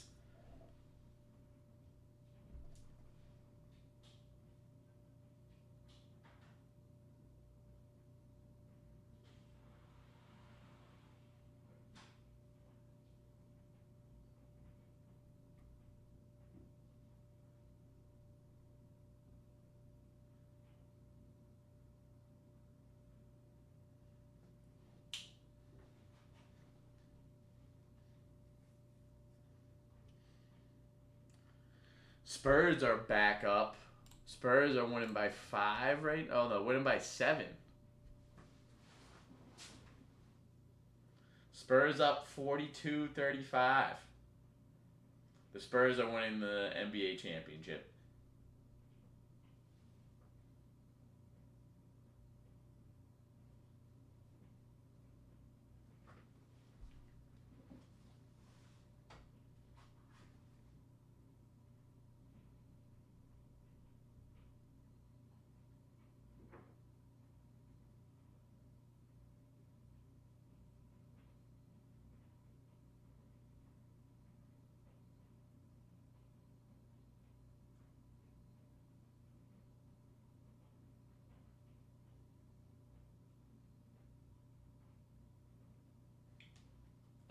He's been playing the 3, Riley. We'll see. We'll see. He's calling you out, Ev. He thinks the 6 is always the route to go. Well, 3-1 last one. 3-1 the last one.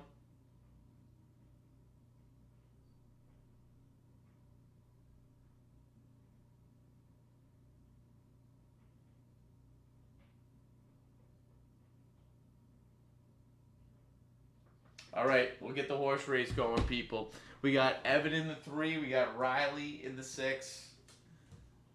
This is a big race right here.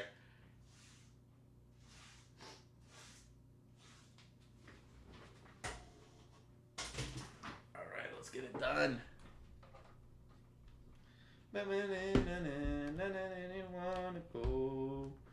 All right, let's move that in the right position. The auto parts. Come on, let's get the right aesthetic going.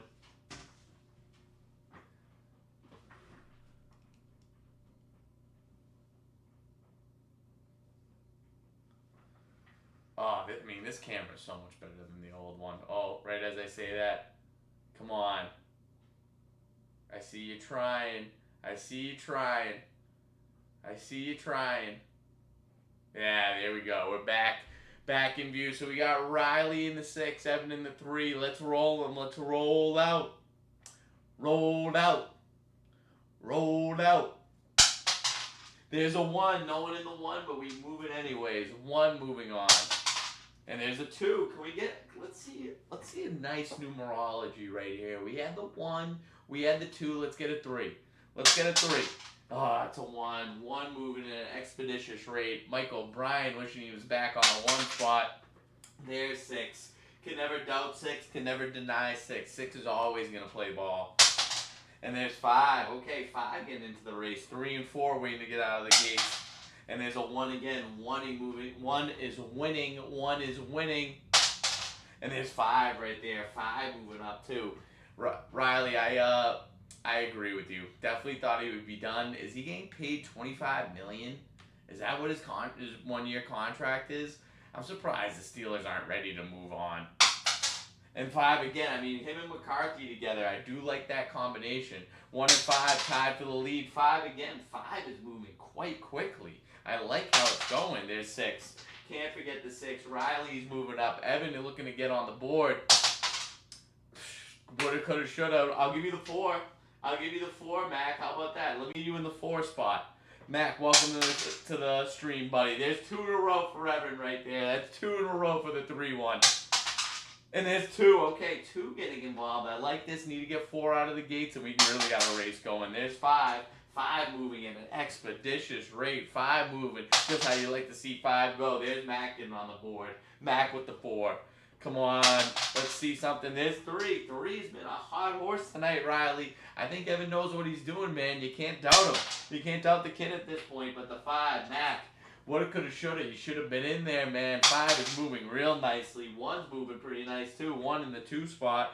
1 in the 2 spot, I mean, second place. And there's 3. 3 is really moving. 3 with the come from behind win last race. Can he repeat? And there's another 3. Okay, I mean, this guy, he's hot as hell. He's hot as hell. He's hot as hell, people. And then there's a 4. A with the 4, Mac. With the 4, Mac. And there's a 5. 5 finishes the race. That's okay. We care about 3, 4, and 6. There's a 2. No one cares about the 2. We moving anyways, though. Let's keep it going. Let's keep it moving. There's a 1. 1 moving up. 1 and 3 tied for the 1 spot. 4 and 6 tied for the last spot. There's another 3. Evan, I would like to see you go back to back, because why not, man? Why not just go back to back on him? And there you go. This guy, he's knowing how to win. Riley, you should have seen how quickly he put in 3 in the chat. Right as that period ended, he threw in 3 in the chat. He really wanted that number, and for the right reasons, because he stays winning. He stays winning. That is numero uno. Hold on. Dramatic pause. Dramatic pause. Let's go. Hey, I almost forgot to say that, Riley. We forgot that from the last one. GG's in the chat. GG's in the chat, people. We like to keep things gentlemanly around here. Riley, you were calling out Ev for not taking the 6, but he knows what he's doing. Dramatic pause.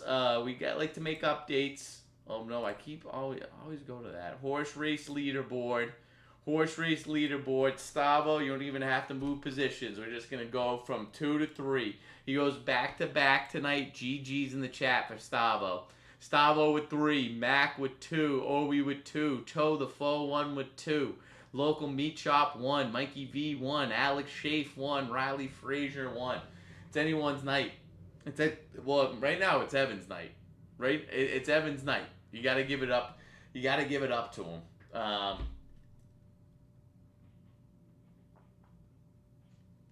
Got to give it up to Ev.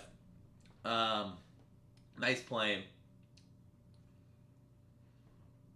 Gotta give him credit, Riley. Gotta give him credit. He called his shot with the 3. Usually you get the 6 while you can. Wemby's already got. No, let's go. I'm trying to give all the respect. I'm trying to give all the respect that I can to this hockey game. So I'm not even watching basketball. Just staying updated with the score. All right, back to the Twitter feed. Lil Wayne on Iceman. So I don't know, Hoops Crave. I don't know if this is a parody account. I raised him right, Lil Wayne says. Every bar on that album has my DNA. And I mean, he shouts Lil Wayne out multiple times in that, in his album. So I wouldn't be surprised if Drake would admit that Lil Wayne's got his hands all over this album and just influence. This is something that really pissed me off. Shaker Hills in Harvard, Massachusetts, a once prestigious golf course, a once rated #1 public golf course in Massachusetts, is a sellout. They are sellouts. They think they tweeted something out where WBZ did a feature of their golf course. They got this little drive-through on one of the holes. There's a drive-through like snack shack type of bar thing. If you go before 10 a.m., it's not gonna be open. You can't drive through it. A lot of golf that's happening before 10 a.m. Also, you can hit from the top of it off the turf. You like gimmicks? You'll love this place. Oh, also, do you like paying $160 to play a round of golf at a golf course that's a little bit above average? Then you're gonna love Shaker Hills. Hey, if you like selling out, if you like gimmicks, if you like that type of shit, play at Shaker Hills. The Spurs have received 94. This is from BR Betting. The Spurs have received 94% of the bets to win the series versus the Thunder. I like their chances. I really do.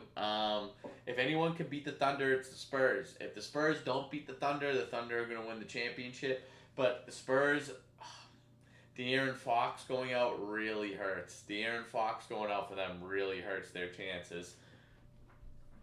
I saw he went out earlier in this game.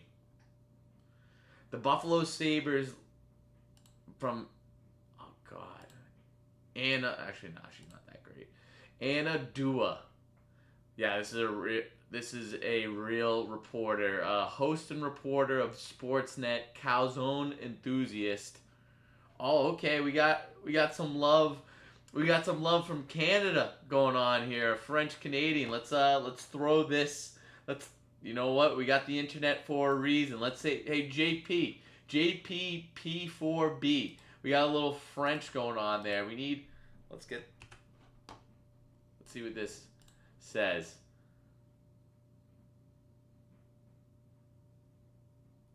I agree with you, Mac. All right, let's see. Google Translate. Let's see what this guy said in French in the chat. And I'll try to French to English. Okay. This is my attempt to say what he said in French. Je vais avoir une crise cardiaque avec toute cette pression angoissante.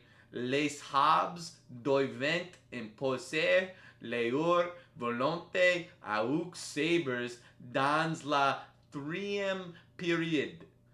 And that translates to, I'm going to have a heart attack with all this stressful pressure. The Habs need to impose their will on the Sabres in the third period.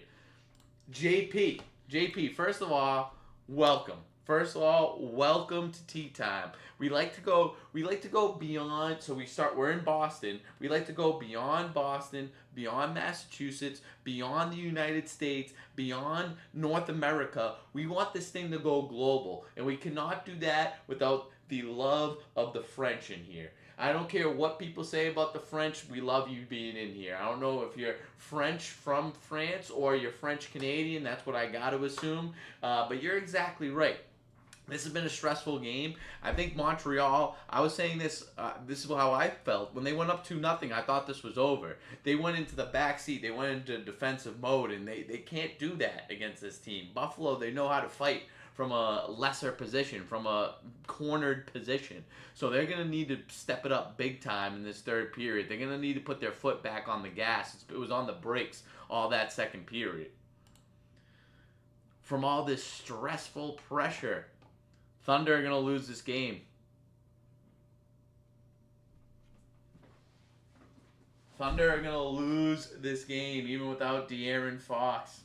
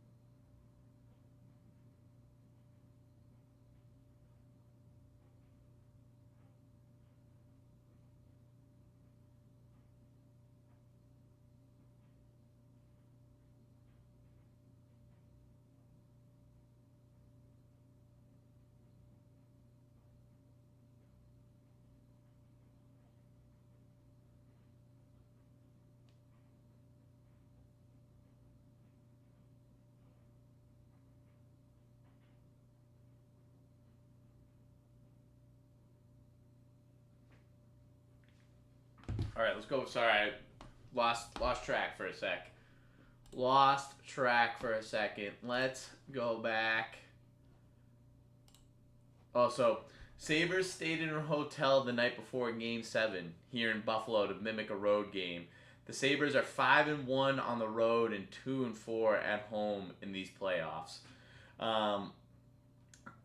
See, like, I don't like that. I don't like that. It's just like, when you get gimmicky, that shows that you really got nothing true to stand on. I've gone gimmicky before when, like, if you're down in golf, if you're losing in golf, and you're like, great, you're down by 3 holes. There's 6 holes left. You go, you guys got it. You guys got it. Nice win today. good win. You're great at golf. Like, you start doing that. You start doing one of those bits. That will go. But like that you got nothing when you're doing that. You have nothing to stand on. Like, your back's already against the wall. You're like, how can I manufacture a W? How can I manufacture a double W when I really got nothing going on? That's a gimmick. I don't know. I don't really like that type of gimmick where you're not down in this. It's not like you're down 3-2 in this series like you were, and you mimic the road game again. You're back at home. Don't you want to spend the night with your? I don't know, but that you don't you want? I was gonna say, don't you want to spend the night with your wife and kids, with your family? But something hard, like, it creates like hard times if you're on the, like, pretend like you're on the road. Like, I can't even have a nice cooked meal. I gotta have a hot pocket from the lobby of the hotel. I'm gonna have popcorn at 2 a.m. because I can't sleep.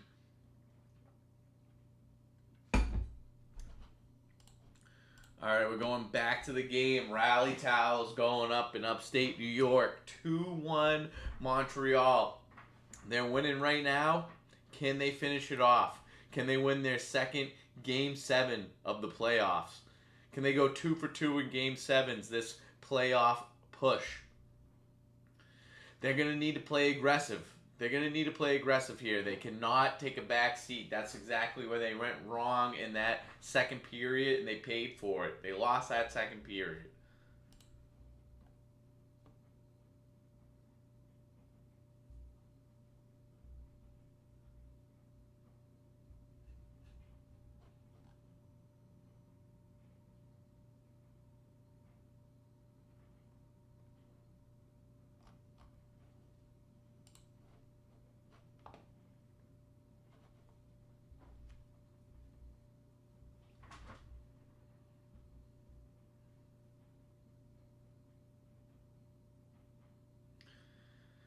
Canadian, oh, we got a broken stick. Oh, that was a Buffalo stick. That was lucky, but it was a good stop nonetheless. Stopped on a dime, 71 with the saucer pass, batted out of the air by Suzuki. Great hand-eye coordination. Buffalo +7 goal differential in the third period this postseason. Second in the NHL, the Colorado is +12. Can they continue their third period dominance?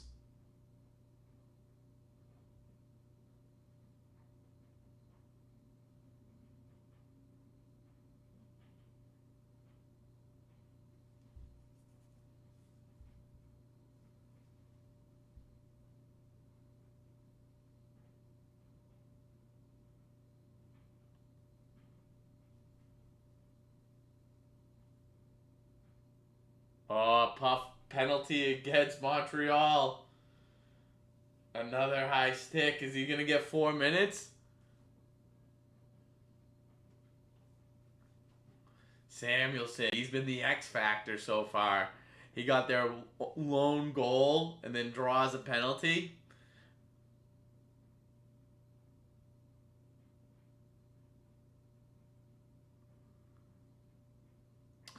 That's a bad one. That's a bad one by Denault. Denault, but pronounced Denault.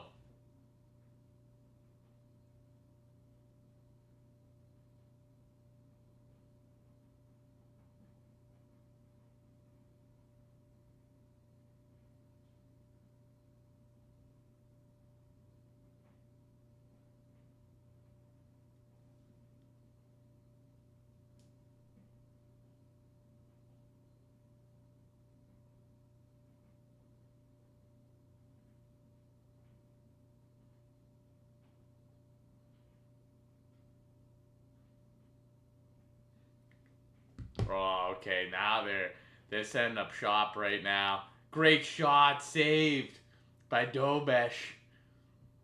Quinn, great play by Quinn, getting it to the other defenseman, but an even better play to clear the zone right there. Yes, smart play. Have them waste a couple more seconds, have them have to clear the zone, then get back to you. We're approaching halfway through this power play. Darlene cruising through the zone. Poked away into the corner. stuck up against the corner of the boards. 21. What a physical play. Could have been a interference, but they let that play out. Tuck with the puck. 45 seconds on the power play. He cruises into the zone himself. Throws it across the boards to Byram, the defenseman. He loses it at the top. Bad turnover right there. Now we got an opportunity for Montreal. No, he just holds on to it. Dumps it into the zone. Norris picks up the puck for Buffalo. I like what they're doing right now, showing who has the puck. We need a little bit more of this in hockey. McLeod, 71 over to Tuck with the puck, like I said. And then he loses it, dumped deep. 10 seconds left on the power play. Montreal with a fine job on this power play. Really was able to kill the penalty, as they say. Byram entering into the Montreal zone along the boards. Throws it out front. Stopped. 16-16 left in the third period. Montreal holding on to that 1-goal lead. Buffalo's still in the driver's seat. They really have been. Since that second goal, they've been in the driver's seat. They've been on the attack. You can see the desperation in their play. Montreal, look at this, man. Find themselves in a bad position. They're on their heels. They're on their heels right now. They need to start playing. They need to start pressuring. They need to hold on to the puck a little bit.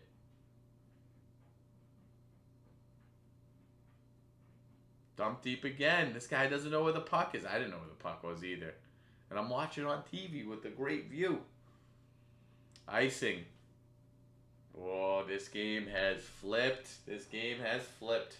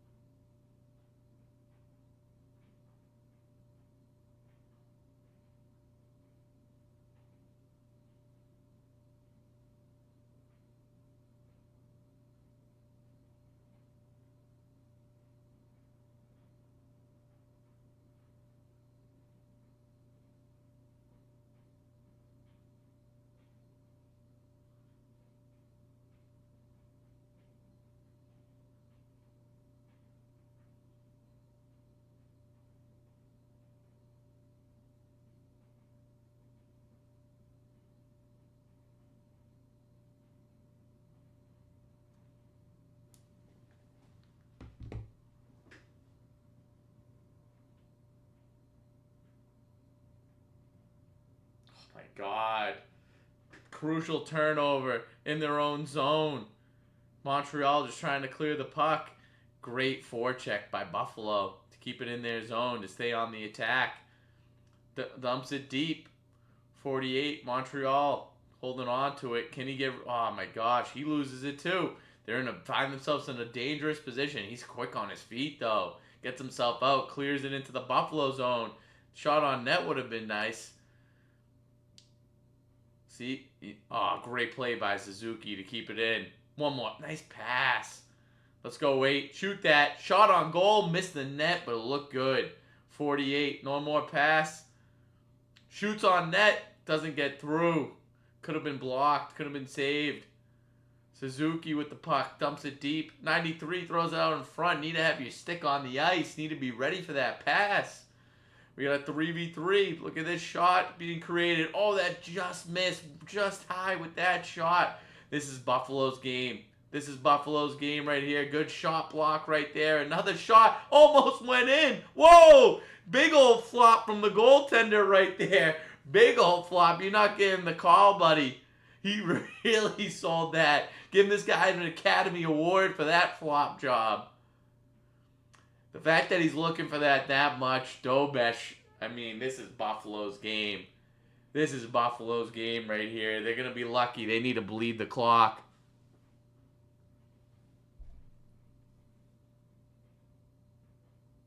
Oh, went off the crossbar.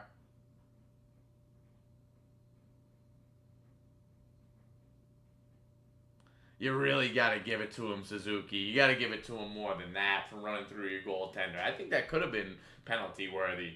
But Game 7, I know where the refs are coming from, or you can imagine they just don't want to let anything go. They want to let everything go.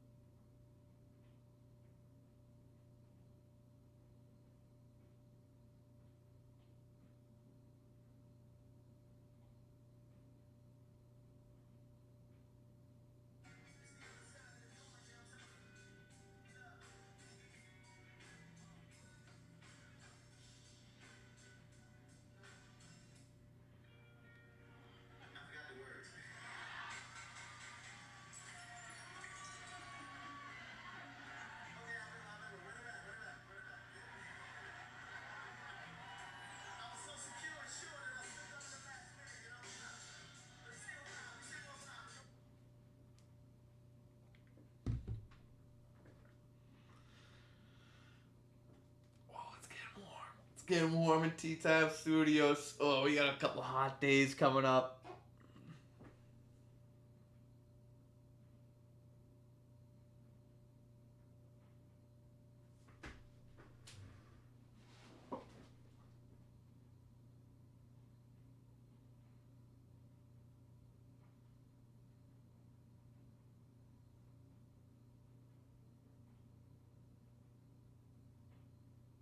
Come on. I mean, I think the fact that he tried to sell it that much did him dirty. Like that hurt his case that he tried to sell it like that. Goal, Buffalo. What a goal. Darlene. This is Buffalo's game. You see how I can quickly switch up like that? This is Buffalo's game. They won this game. This goalie hurt him. He could have got the penalty if he didn't try to flop all over the ice like a fish. What a nice pass, and he lifts this right over the shoulder.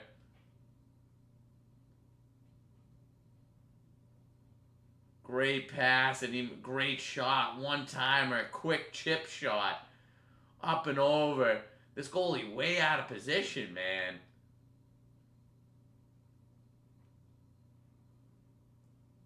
Look how this changed. It's going up in Buff. It's going up in Buffalo.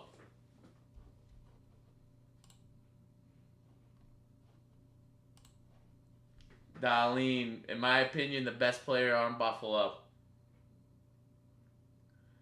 13 minutes left. All right, Canadians, it's time to change the narrative. It's time to go, go, go. 2-2. This is why you Game 7, people. We got a great game right now. I'm hungry. 20 with the puck shot. Oh, just missed. Up into the netting, it looked like. I'm going to have to grab a seltzer.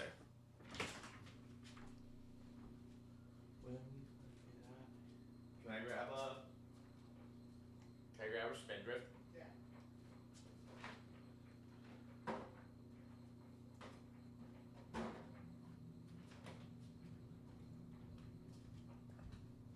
Like I say, if you want to, if it's after dinner, at the start of the week, it's Monday, you're trying to be a little bit healthy.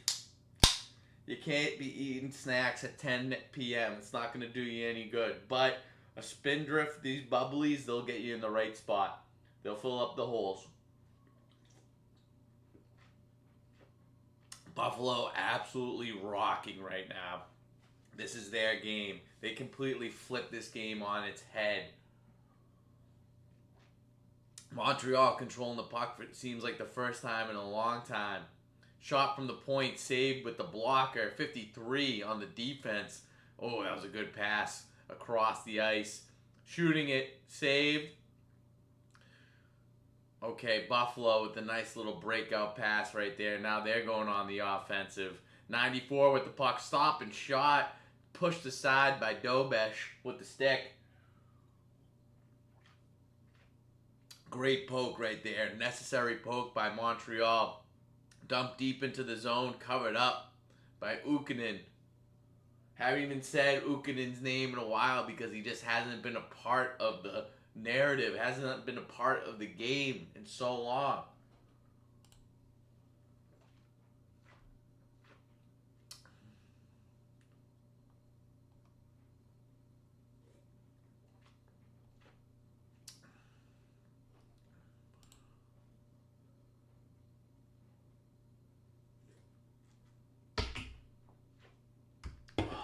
I'll tell you, these bubbles are actually working wonders.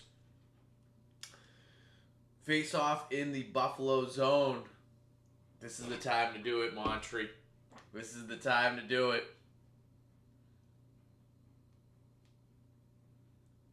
Oh, Tuck.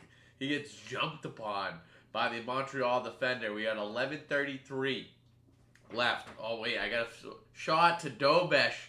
Turned away. He never saw it. Buffalo controlling it right now. Ends up on his face. There's no penalty there. You can't call that. You can't call that. Buffalo was looking for a call, though. The fans of upstate New York looking for a call. Not going to get one. Buffalo moving with purpose, moving with speed. Montreal on the other side, they're looking like they already thought they won the game. What the fuck happened to Montreal? Oh. Let me fix the score bug.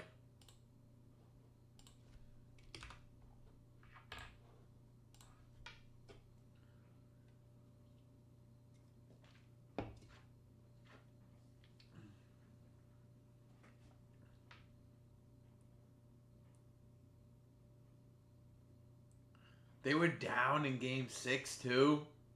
From multiple. Oh, great breakout pass right there. Suzuki. He's been all over the ice. All in the right positions. Great pass to the point. That set something up. Shot on net, no good. Oh, out in front. Cole Caulfield getting eaten up by the bigger Buffalo defenders. Not a lot of extracurriculars after the whistle, and that's because it's game 7. All eyes are on the back of the net. No one's going to fall into the tomfoolery, into the horseplay.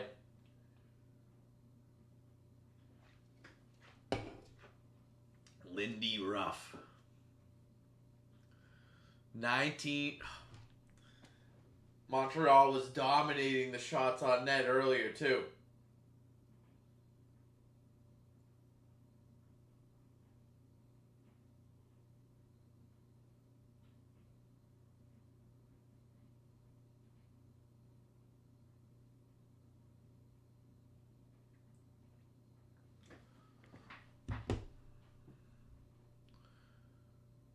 Oh, they blew the whistle. They blew the whistle. They're looking for a goal. It got poked through.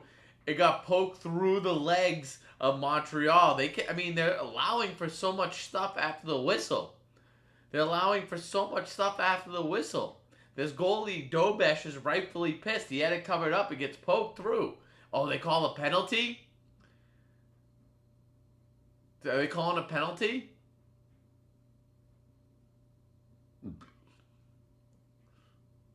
25 game 7s for this referee, McCauley. Let's see if it was actually covered up. It was, and he poked it right through.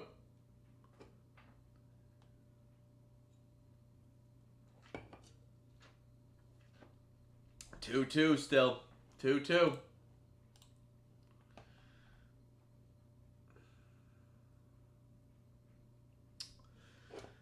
Spurs were up. Thunder's winning now.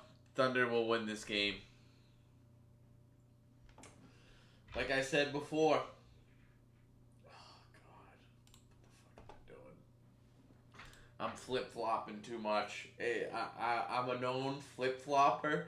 Like I said, this game was over for Montreal when they went up 2-0. Now I'm saying it's Buffalo's game.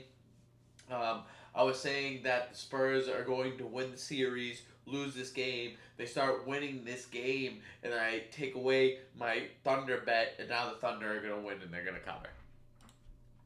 That's how it goes. The trick is just staying away from it all, is really the trick of it.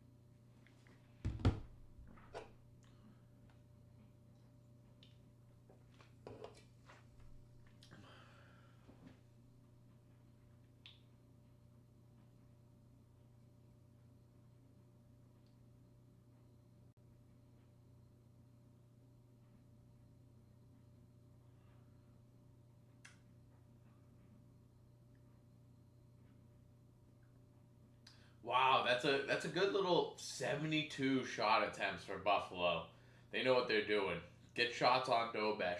But a little rule that you might not have known that they just said, a little rule is that what you can do, or what you can do, but that wasn't the right choice of words, but if the whistle blows and the puck is still in motion and crosses the goal line without being touched, that even though there's a whistle, that would still be a good goal. Wasn't the case in that one. Buffalo touched it, looked like multiple times. Buffalo all over this game right now. Game 7 history, 1-6. 1-6 record in Game 7s. This is a magical season by them. I think it's going to, I mean, even if it goes past this, I think it's going to, oh, shot on net, doesn't get through. Not really much on that shot, honestly. Not really much of an opportunity. Oh, nice play right there by the defenseman, snaking his way through the Buffalo defense. Oh, shot out front. Controlled. You didn't need to do, okay. 21, shot out front, gets blocked by Buffalo. Now breaking out the other way into the Montreal zone. This game is destined. It's destined for overtime. Game 7 history, 52% of the games have been decided by 1 goal. Great stats that were being thrown out in this broadcast. I love what they're doing. 8:38 left in the third period. 2-2 tied up, knotted in this Game 7. 3 wins apiece, 2 goals apiece for each team. Byron, what? Okay, missed shot. Wednesday, game 1 of the Western Conference Final from Denver. The Golden Knights and the Avalanche. 8 p.m. on ESPN. You want to tune in at 7 to get great pregame coverage on the point. Buffalo talks about their offense 4 up all the time, and so at times they can get a little quick, and that D jumps up a little quickly. They get themselves into a little problem, but right now they seem to be perfectly synced. We've seen Dowling do it. We've seen Power do it. We've certainly seen Samuelson as well. That last time was Byram, and they're a real concern for Montreal. They haven't been able to shut them down. Tipped in, and it's Zucker in hard on Deneau. He won the puck. Great chance for Hellenius. And another God. save by Dobish, who has certainly bounced forward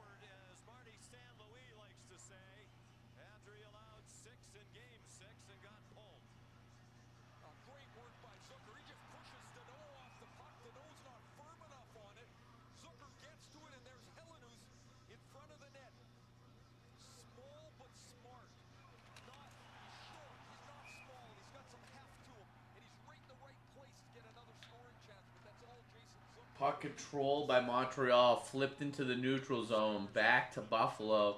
A little back and forth in the neutral zone right now. Comes up Buffalo. Saucer pass. Goes back into the hands or the sticks of Montreal. 7:43 left in the period. Montreal looking for a point of attack right now. Holding the puck in their own zone.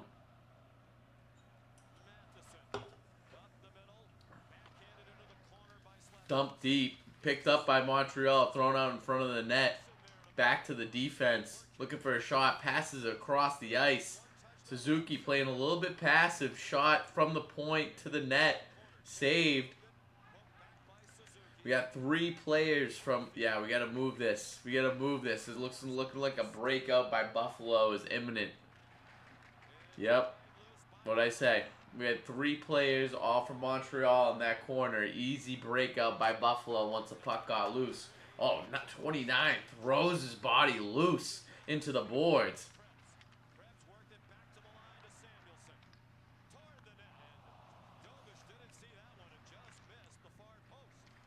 He hasn't seen shit all night. Hasn't seen shit all night. This game's going to OT and Buffalo's going to win it.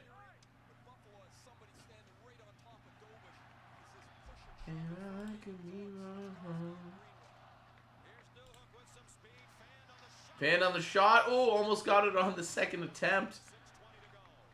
Back to the defense. Yeah, they don't have any consistent pressure going on right now. Not able to possess the puck. Not able to get good looks at the net. Montreal versus Buffalo. Has there even been like... Because like, I feel like in postseasons past of the NHL, there's a history of like 3 overtimes, 4 overtimes. I haven't really even heard of any double overtime games going on. I'm wondering how long I'll be doing the stream for, is basically what I'm saying. It's going to overtime.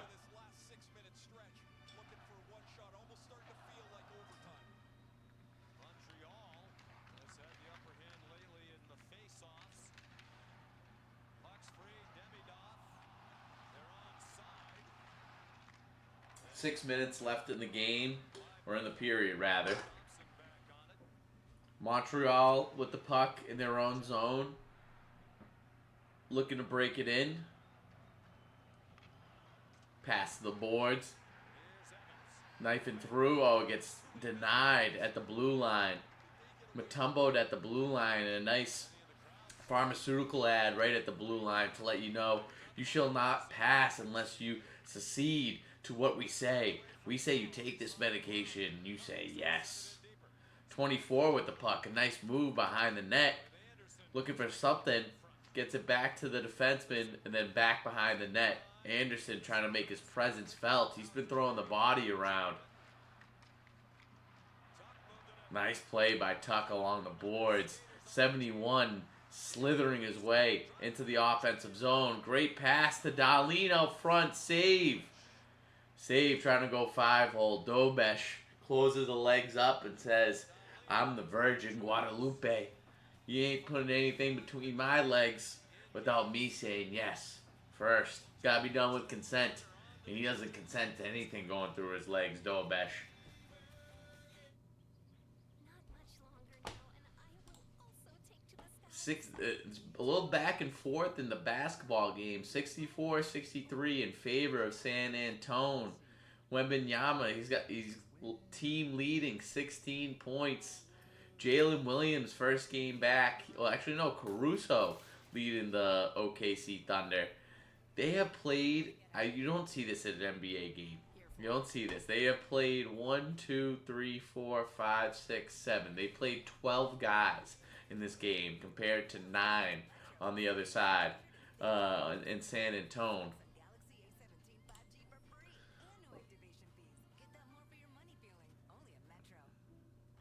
Protecting what you care about is important to you, so it's important to Allstate. That's why we have a plan to protect just about anything, like this car and this awesome bike, this golf cart. It's protected. If it's important to you, it's important to us. You're in good hands with Allstate. Taco Bell's lunchboxes are going to people's heads. Because once they've indulged in the mainstays of the $5 box, the decadence of the $7 box, and the start expecting everything to be as Lutz. Don't let the Lutz go to your head. Where's the doorman? There is no doorman. That's why we're waiting. Try Taco Bell's $5, $7, and $9 Lutz boxes. 5 minutes left. It's 2-2. This is how we got here. Phil Deneau scored to make it 1-0. Zach Bolduc on the power play. 2-0 after one. And after the Sabres pressured, Jordan Greenway gets credit for one. And later in the third period, the engine of the Sabres, Rasmus Dahlin, makes this game 2-2. And everyone's on their feet for the stretch. Wembanyama's only 22. Two excellent faces Wow. have been in there. Norris and Deneau.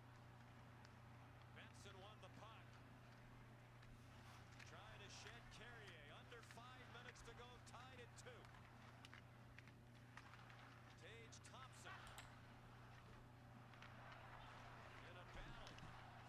Gets the puck. Dahlin. Oh, Darlene with the broken stick. Try to make something happen from the point with the one-touch, one-timer.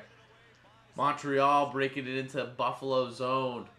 4:33 left in the third period. Puck behind the net. Ooh, good opportunity right there. Ooh, nothing happening. Hockey is the toughest sport to call.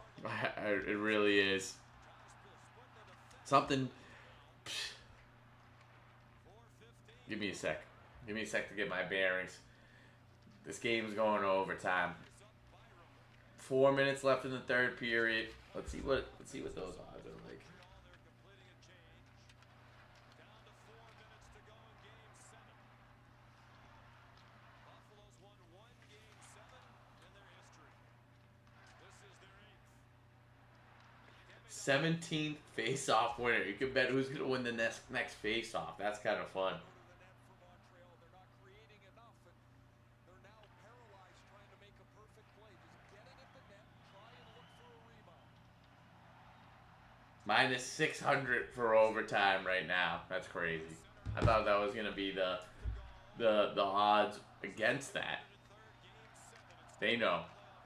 It's going to overtime. Times in the previous 202. A team that trailed going to the third period to win. In a Game 7, it happened Montreal with the puck right now. Dumping it into the Buffalo zone. Not deep enough. Easily going back into the Montreal zone. Tuck controlling the puck to Dahlin. Shot. Blockered away into the netting. over there. Anderson checking to see if he broke his stick on the big deflection. A couple of things are happening here. Montreal's not able to sustain any zone time. So when they get the puck into the Sabres, No zone time. I've said it. I've said it. You don't need to repeat it because I've said it. Look at this. A lot of guys keeled over right now. A lot of tiredness going on that side of the ice. Offensive zone time. 4 more minutes in the offensive zone for Buffalo. They were up 2-0. Montreal was. Yep, and they're going with the Bruins. Oh, wow, he puts through Anderson. He chip shot. No good. Anderson with the burst of speed to get to the chip shot of a puck.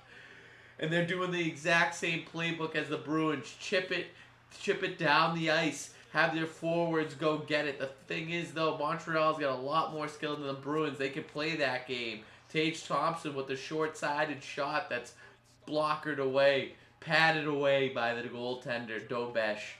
2.5 minutes left in the third period. 2-2 still. Not expecting a goal. We're going to be in overtime. And then it's like, how long does this shit go on for? Am I right? Suzuki. Top line on for Montreal. Montreal. Group way over. Oh, you can't turn the puck over right there. That was a crucial turnover. Puck going to Montreal. Zone.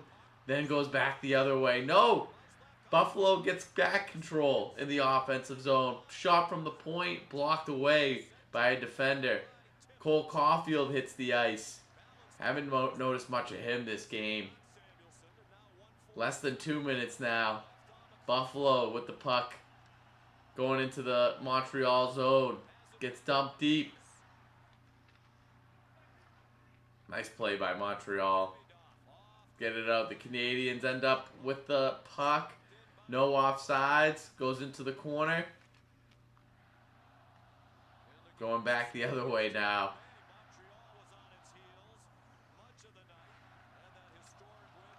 45 with the puck for Montreal. He's breaking it into the zone. Through the neutral zone. Dump it deep. He dumps it deep. Goes around the glass to the other side. Oh, that was a buddy pass. He could have got nailed if this wasn't Game 7. They're going for goals. 1 minute remaining in the period. Montreal with the puck. Throws it deep. That's icing. Icing.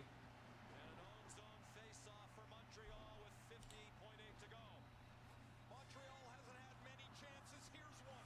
Anderson's going to get through Dahlin and Power.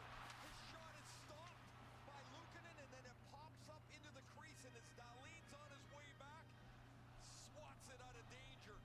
As Anderson had a breakaway in the second period, he shot it over the net. That one, Luukkonen holds on to make the blocker stop. Clean face-off win by Norris. Power and some Oh, they get it out of the zone. They still have possession. A little bit of a miscue at the blue line from Buffalo. They end up back with the puck. Montreal just needs to get this thing to overtime. They got to be thinking. They got to get a refresh. Right now, they're looking tired. They're looking gassed. Buffalo has a lot more desire and heart. This is going to be Buffalo's game. from Marty St. Louis has Suzuki out there, an excellent defender in addition to his 100 points. He's a Selke finalist for best defensive forward. He's out there with 16 seconds with the puck. 15 seconds left. Puck in the neutral zone. Dumped into the Buffalo zone. Controlled behind the net by Buffalo. This is going to overtime.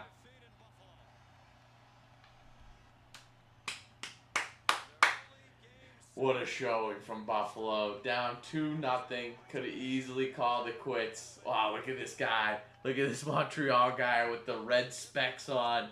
Looked like he was out of breath. Looked like he just played 60 minutes of hockey himself. That's how tired he was just standing up going, oh, this is a close one, man. This is a close one. All right, end of the third period. We can get a horse race going. We can get a horse race going between now and overtime. Pick a number 1 through 6 like the size of a die. Oh, this could be a late one. Game 7 overtime.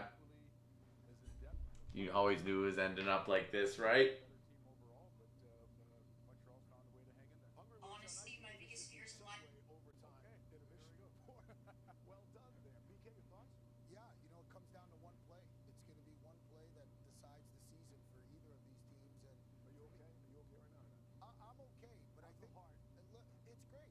You know what? It's almost going to be like a new game going into overtime. So both teams got to take the first 3 periods and park them, whatever's happened, and focus on what's going to get you a win in overtime. And for Montreal, that's key because there's not too many things they're going to like over the last 35 minutes of that game. Great point. But they're in a position to win it right now, and they got to park it and move on. We gave praise to the officiating in the second intermission. There was only one minor called in the game, and then we thought this was an obvious call that was not called on the goaltender here. Just going right through the crease after a close call there. He wasn't pushed in, and the last thing you want to do is you give free rein to players to go into goalies when the heat gets on. In the crease, too. That's in the crease. Slashing, Boom. charging, interference, you name what it is. The Buffalo Sabres got away with it. There's no doubt about it. Yeah. But in fairness, you said also Montreal that got away with the 2-minute man on the ice. Well, they did as well, so it's evened out. The best thing for Montreal is when Buffalo tied it 2-2 because they kind of took the foot off the gas a little bit. Gave Montreal a chance to get off the mat and kind of balance the rest of the Messier saying it right now. They took their foot off the gas. They thought they could cruise control to a Game 7 victory in Buffalo. They have a never say never type of attitude. They're not quitting out there. I go back to that Tampa series when J.J. Moser scores that goal going around. Montreal spent the first 10 minutes of overtime, the whole overtime, flipping pucks from the zone. They got to get out of that rut. I don't know what Marty St. Louis is going to adjust for this team going into overtime, but they have to find a way to play their game and play with some pace. This team is not going to win this game sitting back. It's not going to happen. It's just a little bit of inexperience, PK. You know as well as anybody. It's hard to defend leads. It's hard to play 60 minutes. You want to have the mentality to become the try to pressure and fight for that third goal if you're Montreal. And at the same time, they weren't going to win the game 2-0 or 2-1. Yep. And so they really needed to fight for that third goal. They didn't do it, but partly because Buffalo was so big, so strong, and put so much pressure on them. They couldn't get out of their own zone. Can we talk about Rasmus Dahlin, please? Oh my God, Can we best talk player about on the him? ice right now. He's been phenomenal today. And on Montreal, it's Carrier. But to me, it's been about all the D this game. And you see it here. I said that Buffalo has to get their D involved if they're going to have success. Both of them get involved. Power and Dahlin here combined, which is a beautiful play. They put Evans in a tough position here. Evans has got to understand that you cannot leave Rasmus Dahlin open. He's got to respect that there's a battle going on with Power. Let that happen and take the guy. But a great play executed by Buffalo. They put him in a tough position there. And Josh Anderson had an unbelievable chance late in the game to try to win it in regulation for Montreal. Bouncing I puck. just got to give a lot of credit to Luukkonen. You talk about there was a lot of uncertainty coming into this game. Who was going to play? I think the Buffalo Sabres thought he was, but he's made some amazing saves. Yes. As well as Buffalo has played, he's had to make some key saves at opportune times. Look at that right there. For the Unbelievable Buffalo save. Sabres, and he has stood tall tonight. I mean, this is.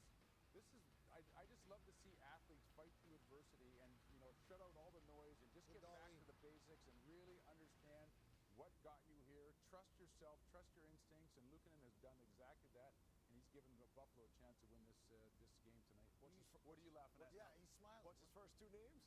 Luka. And he's played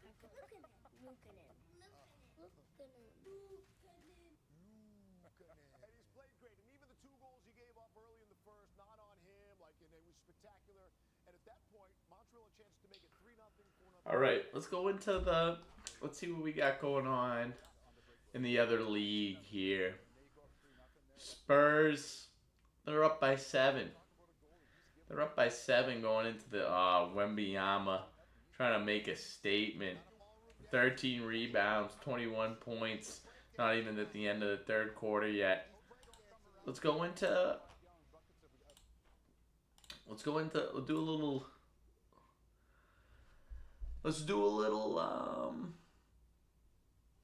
The Spin Chicklets tweeting exactly what I was talking about, where the hockey gods don't take kindly to dives, where you would have got the call if you didn't embellish it and fall on your ass.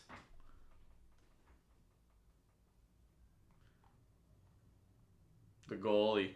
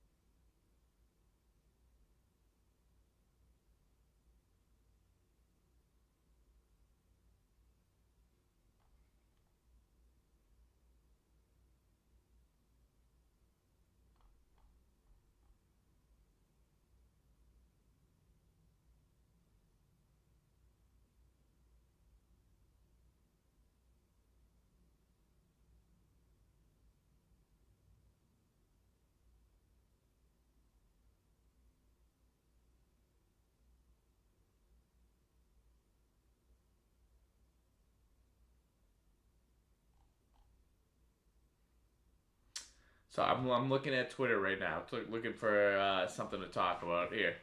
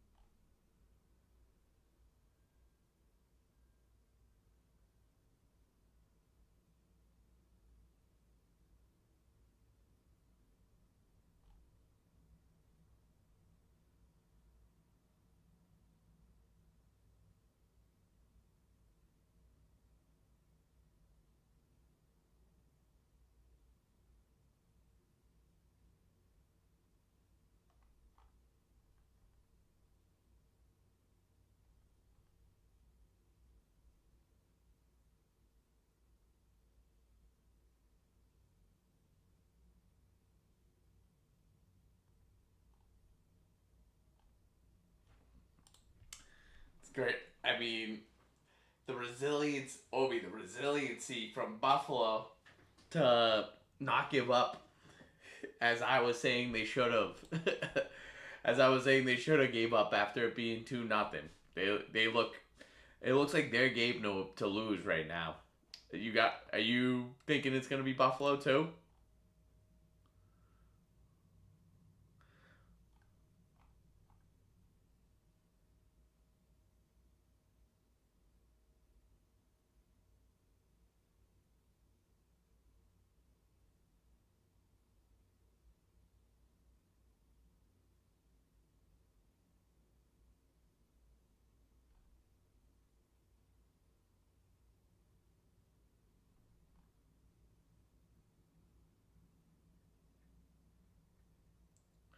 Why is Bill Belichick going on um a media tour right now? He was just he was just on Sean Hannity on Fox, or he was on Sean Hannity, and he was just on Pardon My Take. What is he? What type of info is he trying to get out there?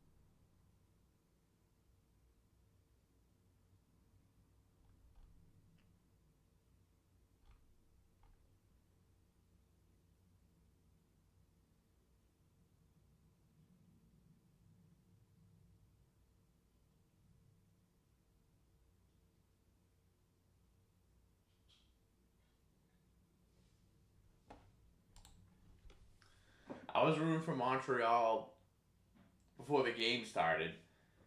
I, I was saying too that we like the Bruins at one point in time had rivalries with against both these teams. It's not what it used to be against either of these teams. Yeah, I think you're right about that. I think Montreal probably has a better chance in the next round. I don't know. After going through two 7-game series against Carolina, who swept their two series, it could be tough.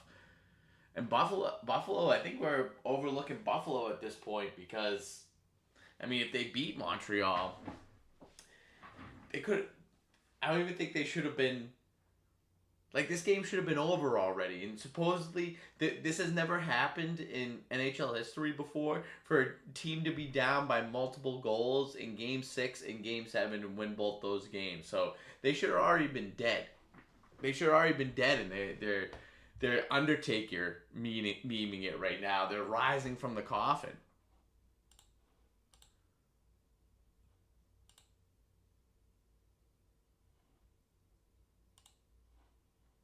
Oh, we're talking overtime winner.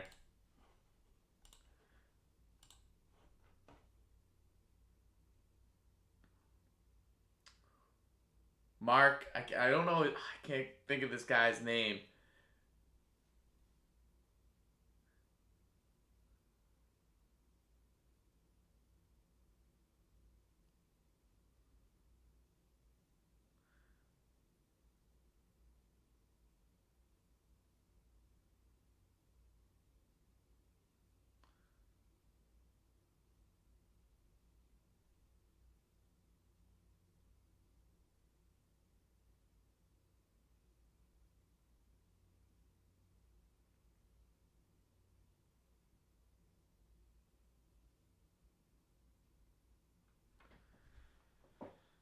Overtime starting.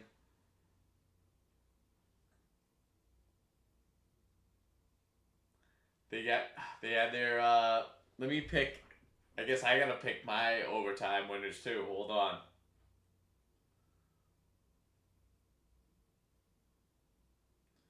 The Gen 5, 1005.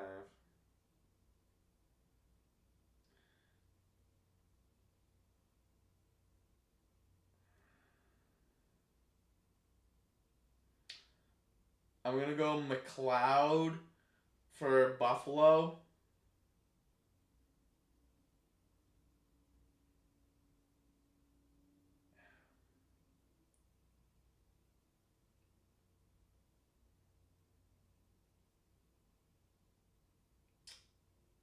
McLeod for Buffalo or Josh Anderson for Montreal. Those are my guys.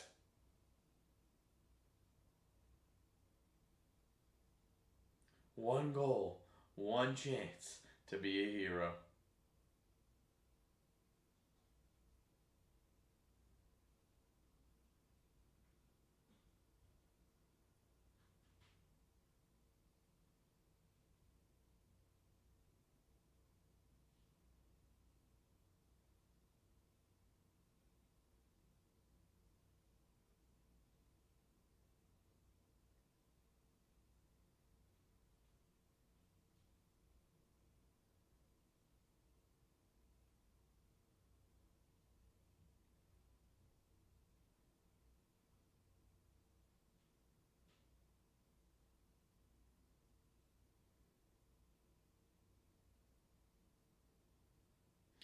Here we go. Start. Hey, the faux one. The faux one joining the stream just in time for overtime, baby. Welcome. We're watching Montreal Canadiens versus Buffalo Sabres, Game 7. We got puck in the neutral zone right now. Buffalo has had all the momentum. They were oh, great shot on net. Great opportunity saved. Dobish, number 75 between the pipes. That was a great opportunity to start. Doesn't get closer, man. We got overtime. Am I right? Oh, good opportunity there, too. Missed wide on that shot. Now it's going back into the Montreal zone. Possessed by Montreal, quickly out, and then back to Buffalo. 34-22 in favor of Buffalo for shots on net.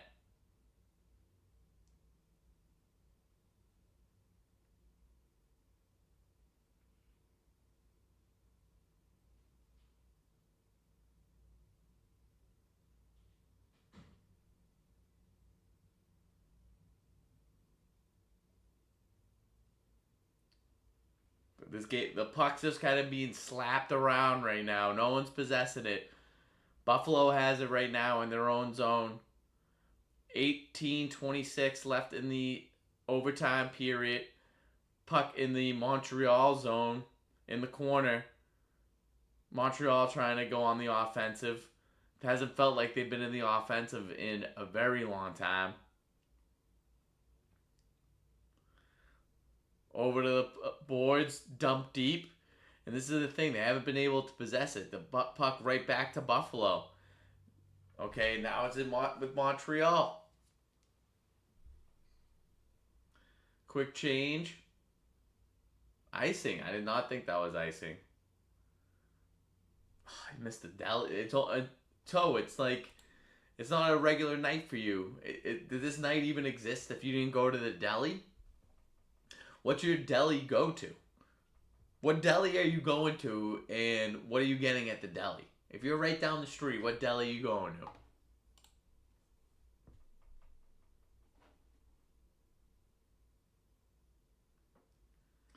Face-off win by Buffalo, controlled in their own zone.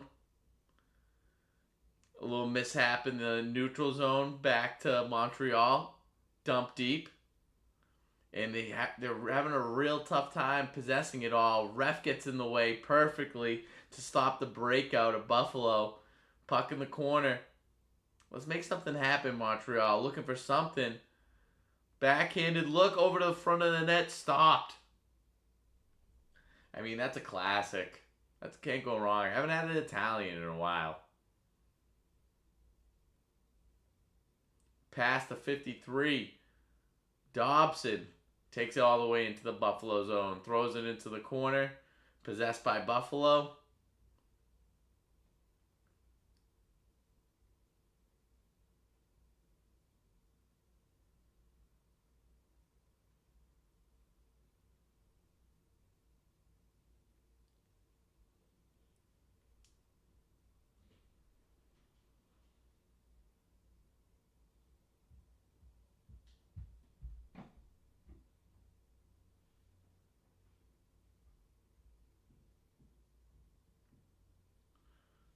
All right, we got the puck with Montreal right now. I mean, they're not going to be able to get any sort of good scoring opportunity. They haven't had a scoring opportunity in so long. I mean, at this point, before the game started, I had the Canadiens. I thought they were going to win this game. They're not going to. All the momentum is in favor of Buffalo right now. It's just a matter of time. It's looking like this is going to go to second overtime, I swear. Quiet anxiety going on in the stadium. I like that. Puck with Montreal, D to D, shot on net, nothing on the other end of that. Throws in front of the net, no one there. Okay, we got a shot opportunity. Basically a 5v4. We have a broken stick on the ice. Tries to get it through. Blocked by the guy with no stick. You can't really have that happen. Okay, opportunity shot wide.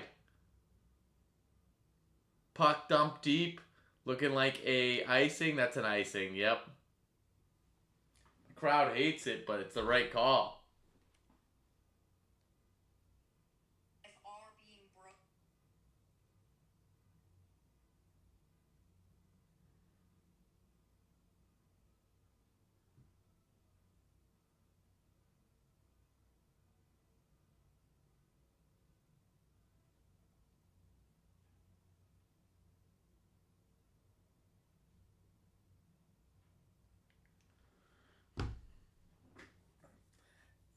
Evan, I did say that. I did say that, and I've been referencing that because yes, I did think it was over.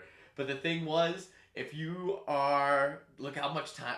First off, time on ice by Suzuki. This is something that I've noticed. 27 minutes on the ice. This guy's been all over the place. But I did say that the game was over. The problem was that Montreal also believed that the game was over. They can't have the same mindset that I do, that the game's over when it's up 2-0. They thought they could just go on the back seat. They put it on the back burner. They already won after the first period. And that's been their downfall. That's been their downfall. Maybe you can blame me a little bit. Sure.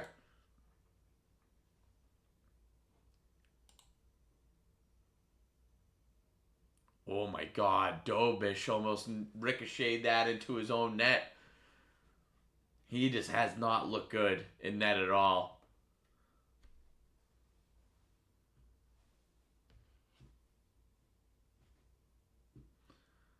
Toe, you watching the game right now? Oh, great face-off win. Needed face-off win for Montreal in their own zone. Worst lead in hockey. You're right. And this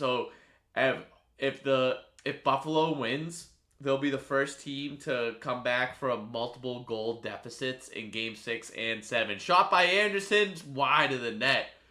Even Ukkonen on the other side of the ice. Both goalies do not look good. Another shot by Anderson, wide. Let's get this thing on net. Let's shorten the sights up a little bit. Let's get the accuracy down. Shot on net there, nothing. Just trying to throw it into the right direction. That's a dangerous change. That's a very dangerous change. We got a 2v1 opportunity. Tage Thompson with the puck. With the toe drag. Double toe drag. Trying to put something up and over. Looking for the ricochet. Nothing happening. Goalie without his stick. Oh. Thompson knew he had something there. Oh. Dobish. What was happening right there, Dobie? Toe drag. Look, that's just a big body. Can't knock him off the puck. There's one toe. And then two toes. He's looking for it. He's trying to ricochet it after. I want to see that ricochet angle to see if he had anything. 15 points in the playoffs. Tied for second in the NHL behind Mitch Marner. Who would have thought Mitch Marner, after they ran him out of Toronto, that'd be leading the playoffs in points.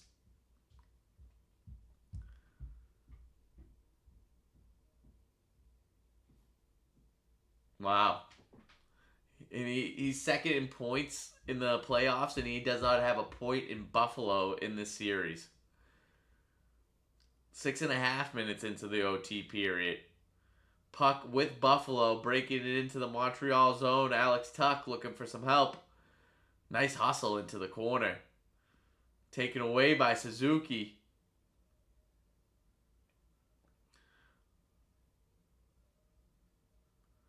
Oh my God.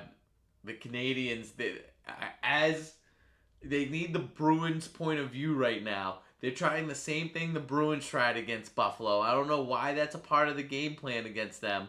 I don't know why this is something that they think is going to work, because it did not work for us. Is when they get the puck, the defenseman for Montreal, first thing they do is they just flip the puck lightly right back to Buffalo, and they just possess the puck from there. They haven't been able to possess the puck at all. Cole Caulfield, he hasn't been anywhere to be seen. Oh, that was almost a delay of game. High off the glass. Is this going to be icing? No. Comes up short of the other red line. Possessed by Buffalo. Don't you know this is a friggin' Monday night?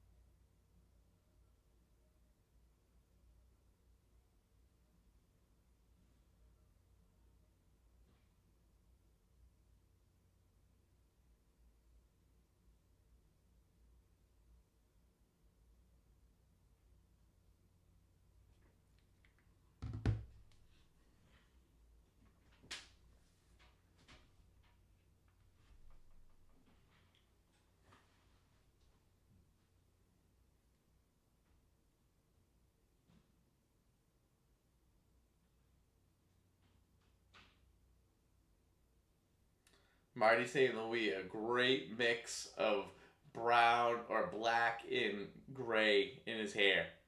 A true silver fox.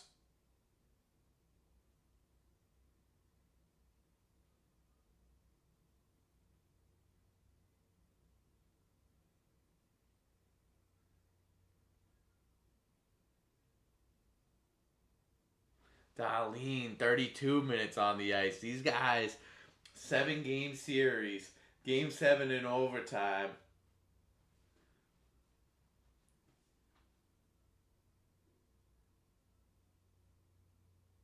Oh, that's some good insight right there. Darlene is an effortless skater. Me, oh, I was not an effortless skater. I was a good skater. It wasn't effortless though. A lot of effort was going into each one of those strides.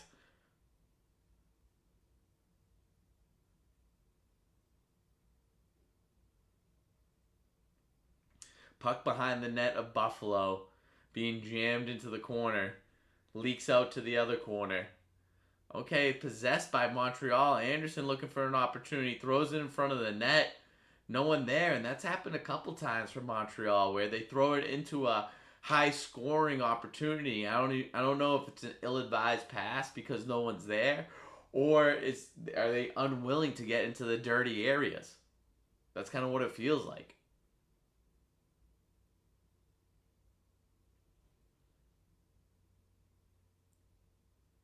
Shot saved. Oh, goalie ends up on his back. Did he get that in the jugular? Did that take the goalie out right there?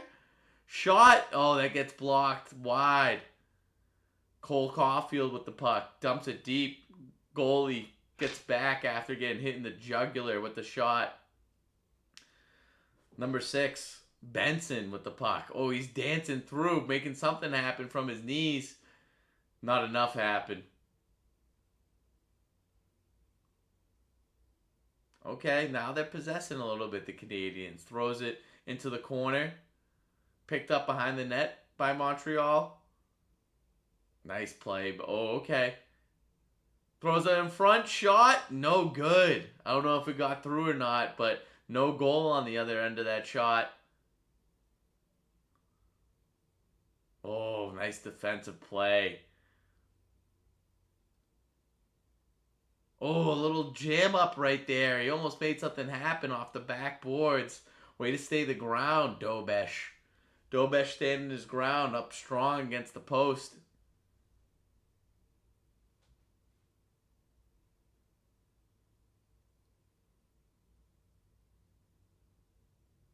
Oh, shot high and wide by Buffalo. Missed the net. Oh my god, man. This is going to a double overtime.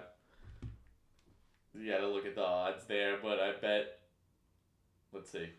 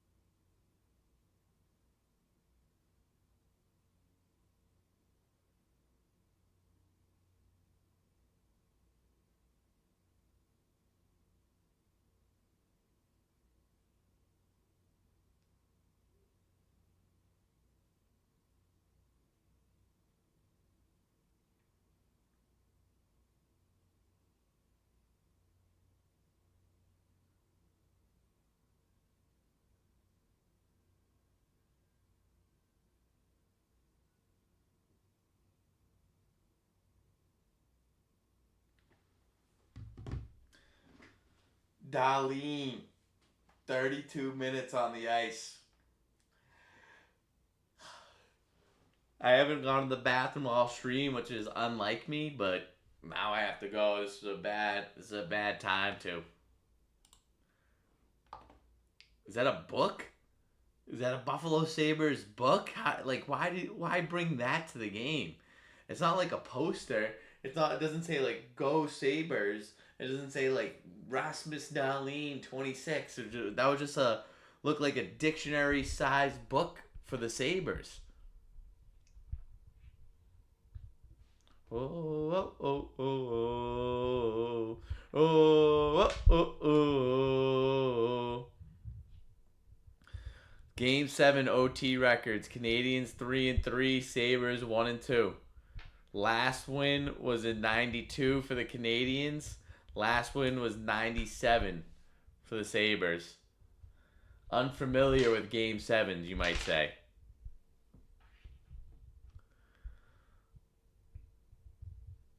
Denault and Norris on the face-off dot.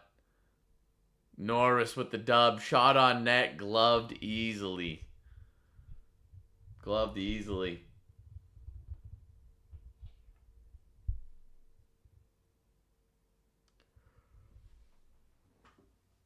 Yeah, I saw that all the way through. No commotion in front of the net. That's some of his easier work right there, Dobesh. Gonna need a little bit more, Darlene. 5 shots on net, 1 goal for the Buffalo defender. Or defenseman. Same face-off pairing. Norris with another win.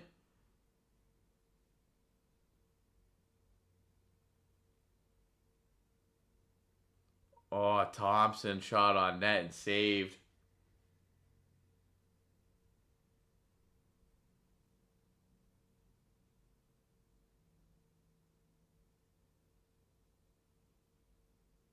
Oh, good save.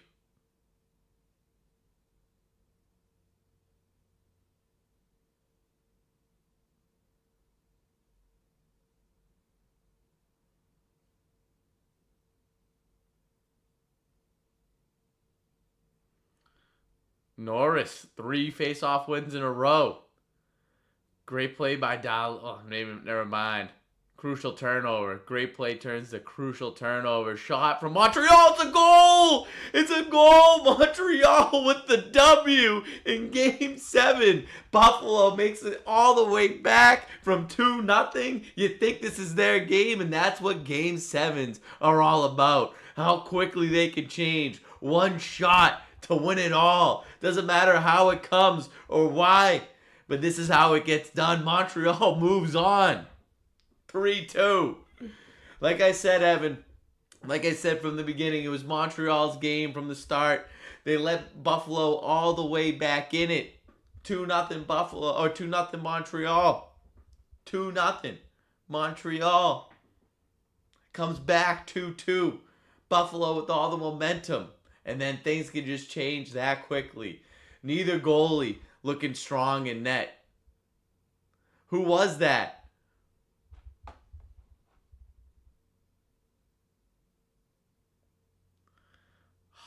That's a heartbreaker.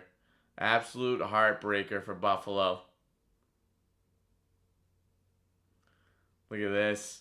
And a shot, I mean, that's a great spot. Low glove side. Far away though. Just trying to get anything on the net. Oh yeah, it was waffling too.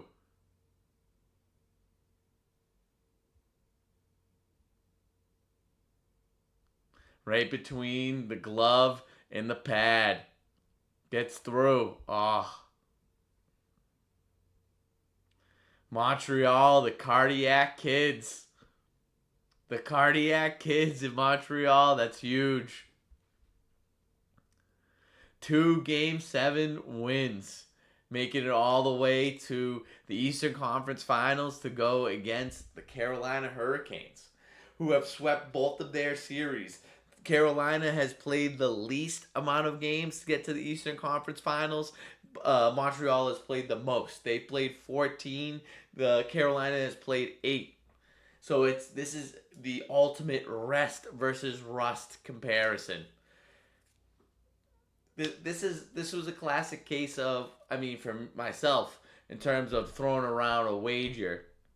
Why get greedy? Why throw in another bet? It was always Montreal. It was always Montreal.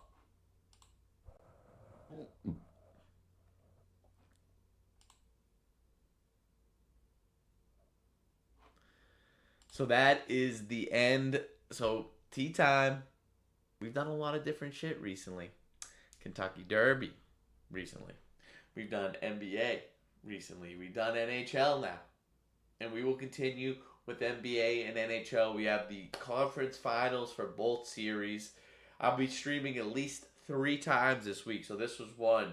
I'm going to be back tomorrow. For some NBA action. We got Knicks versus Cavs, game 1. Throw all your money on the Knicks. Those NBA series, Riley, no horse race. We did one at the end of the other period. No horse race right now. What was I going to say? Good for the Habs. Agreed. Bet your money on the Knicks tomorrow. Those NBA series, the team that has gone on to 7 games, those teams are not meant to win that next game. They're not going to win that next game. It's Knicks tomorrow. It's the Knicks tomorrow. I'll be back tomorrow, and then probably back on Wednesday too. Until next time, thank you all, as always, for tea time and being a part of it. And until tomorrow,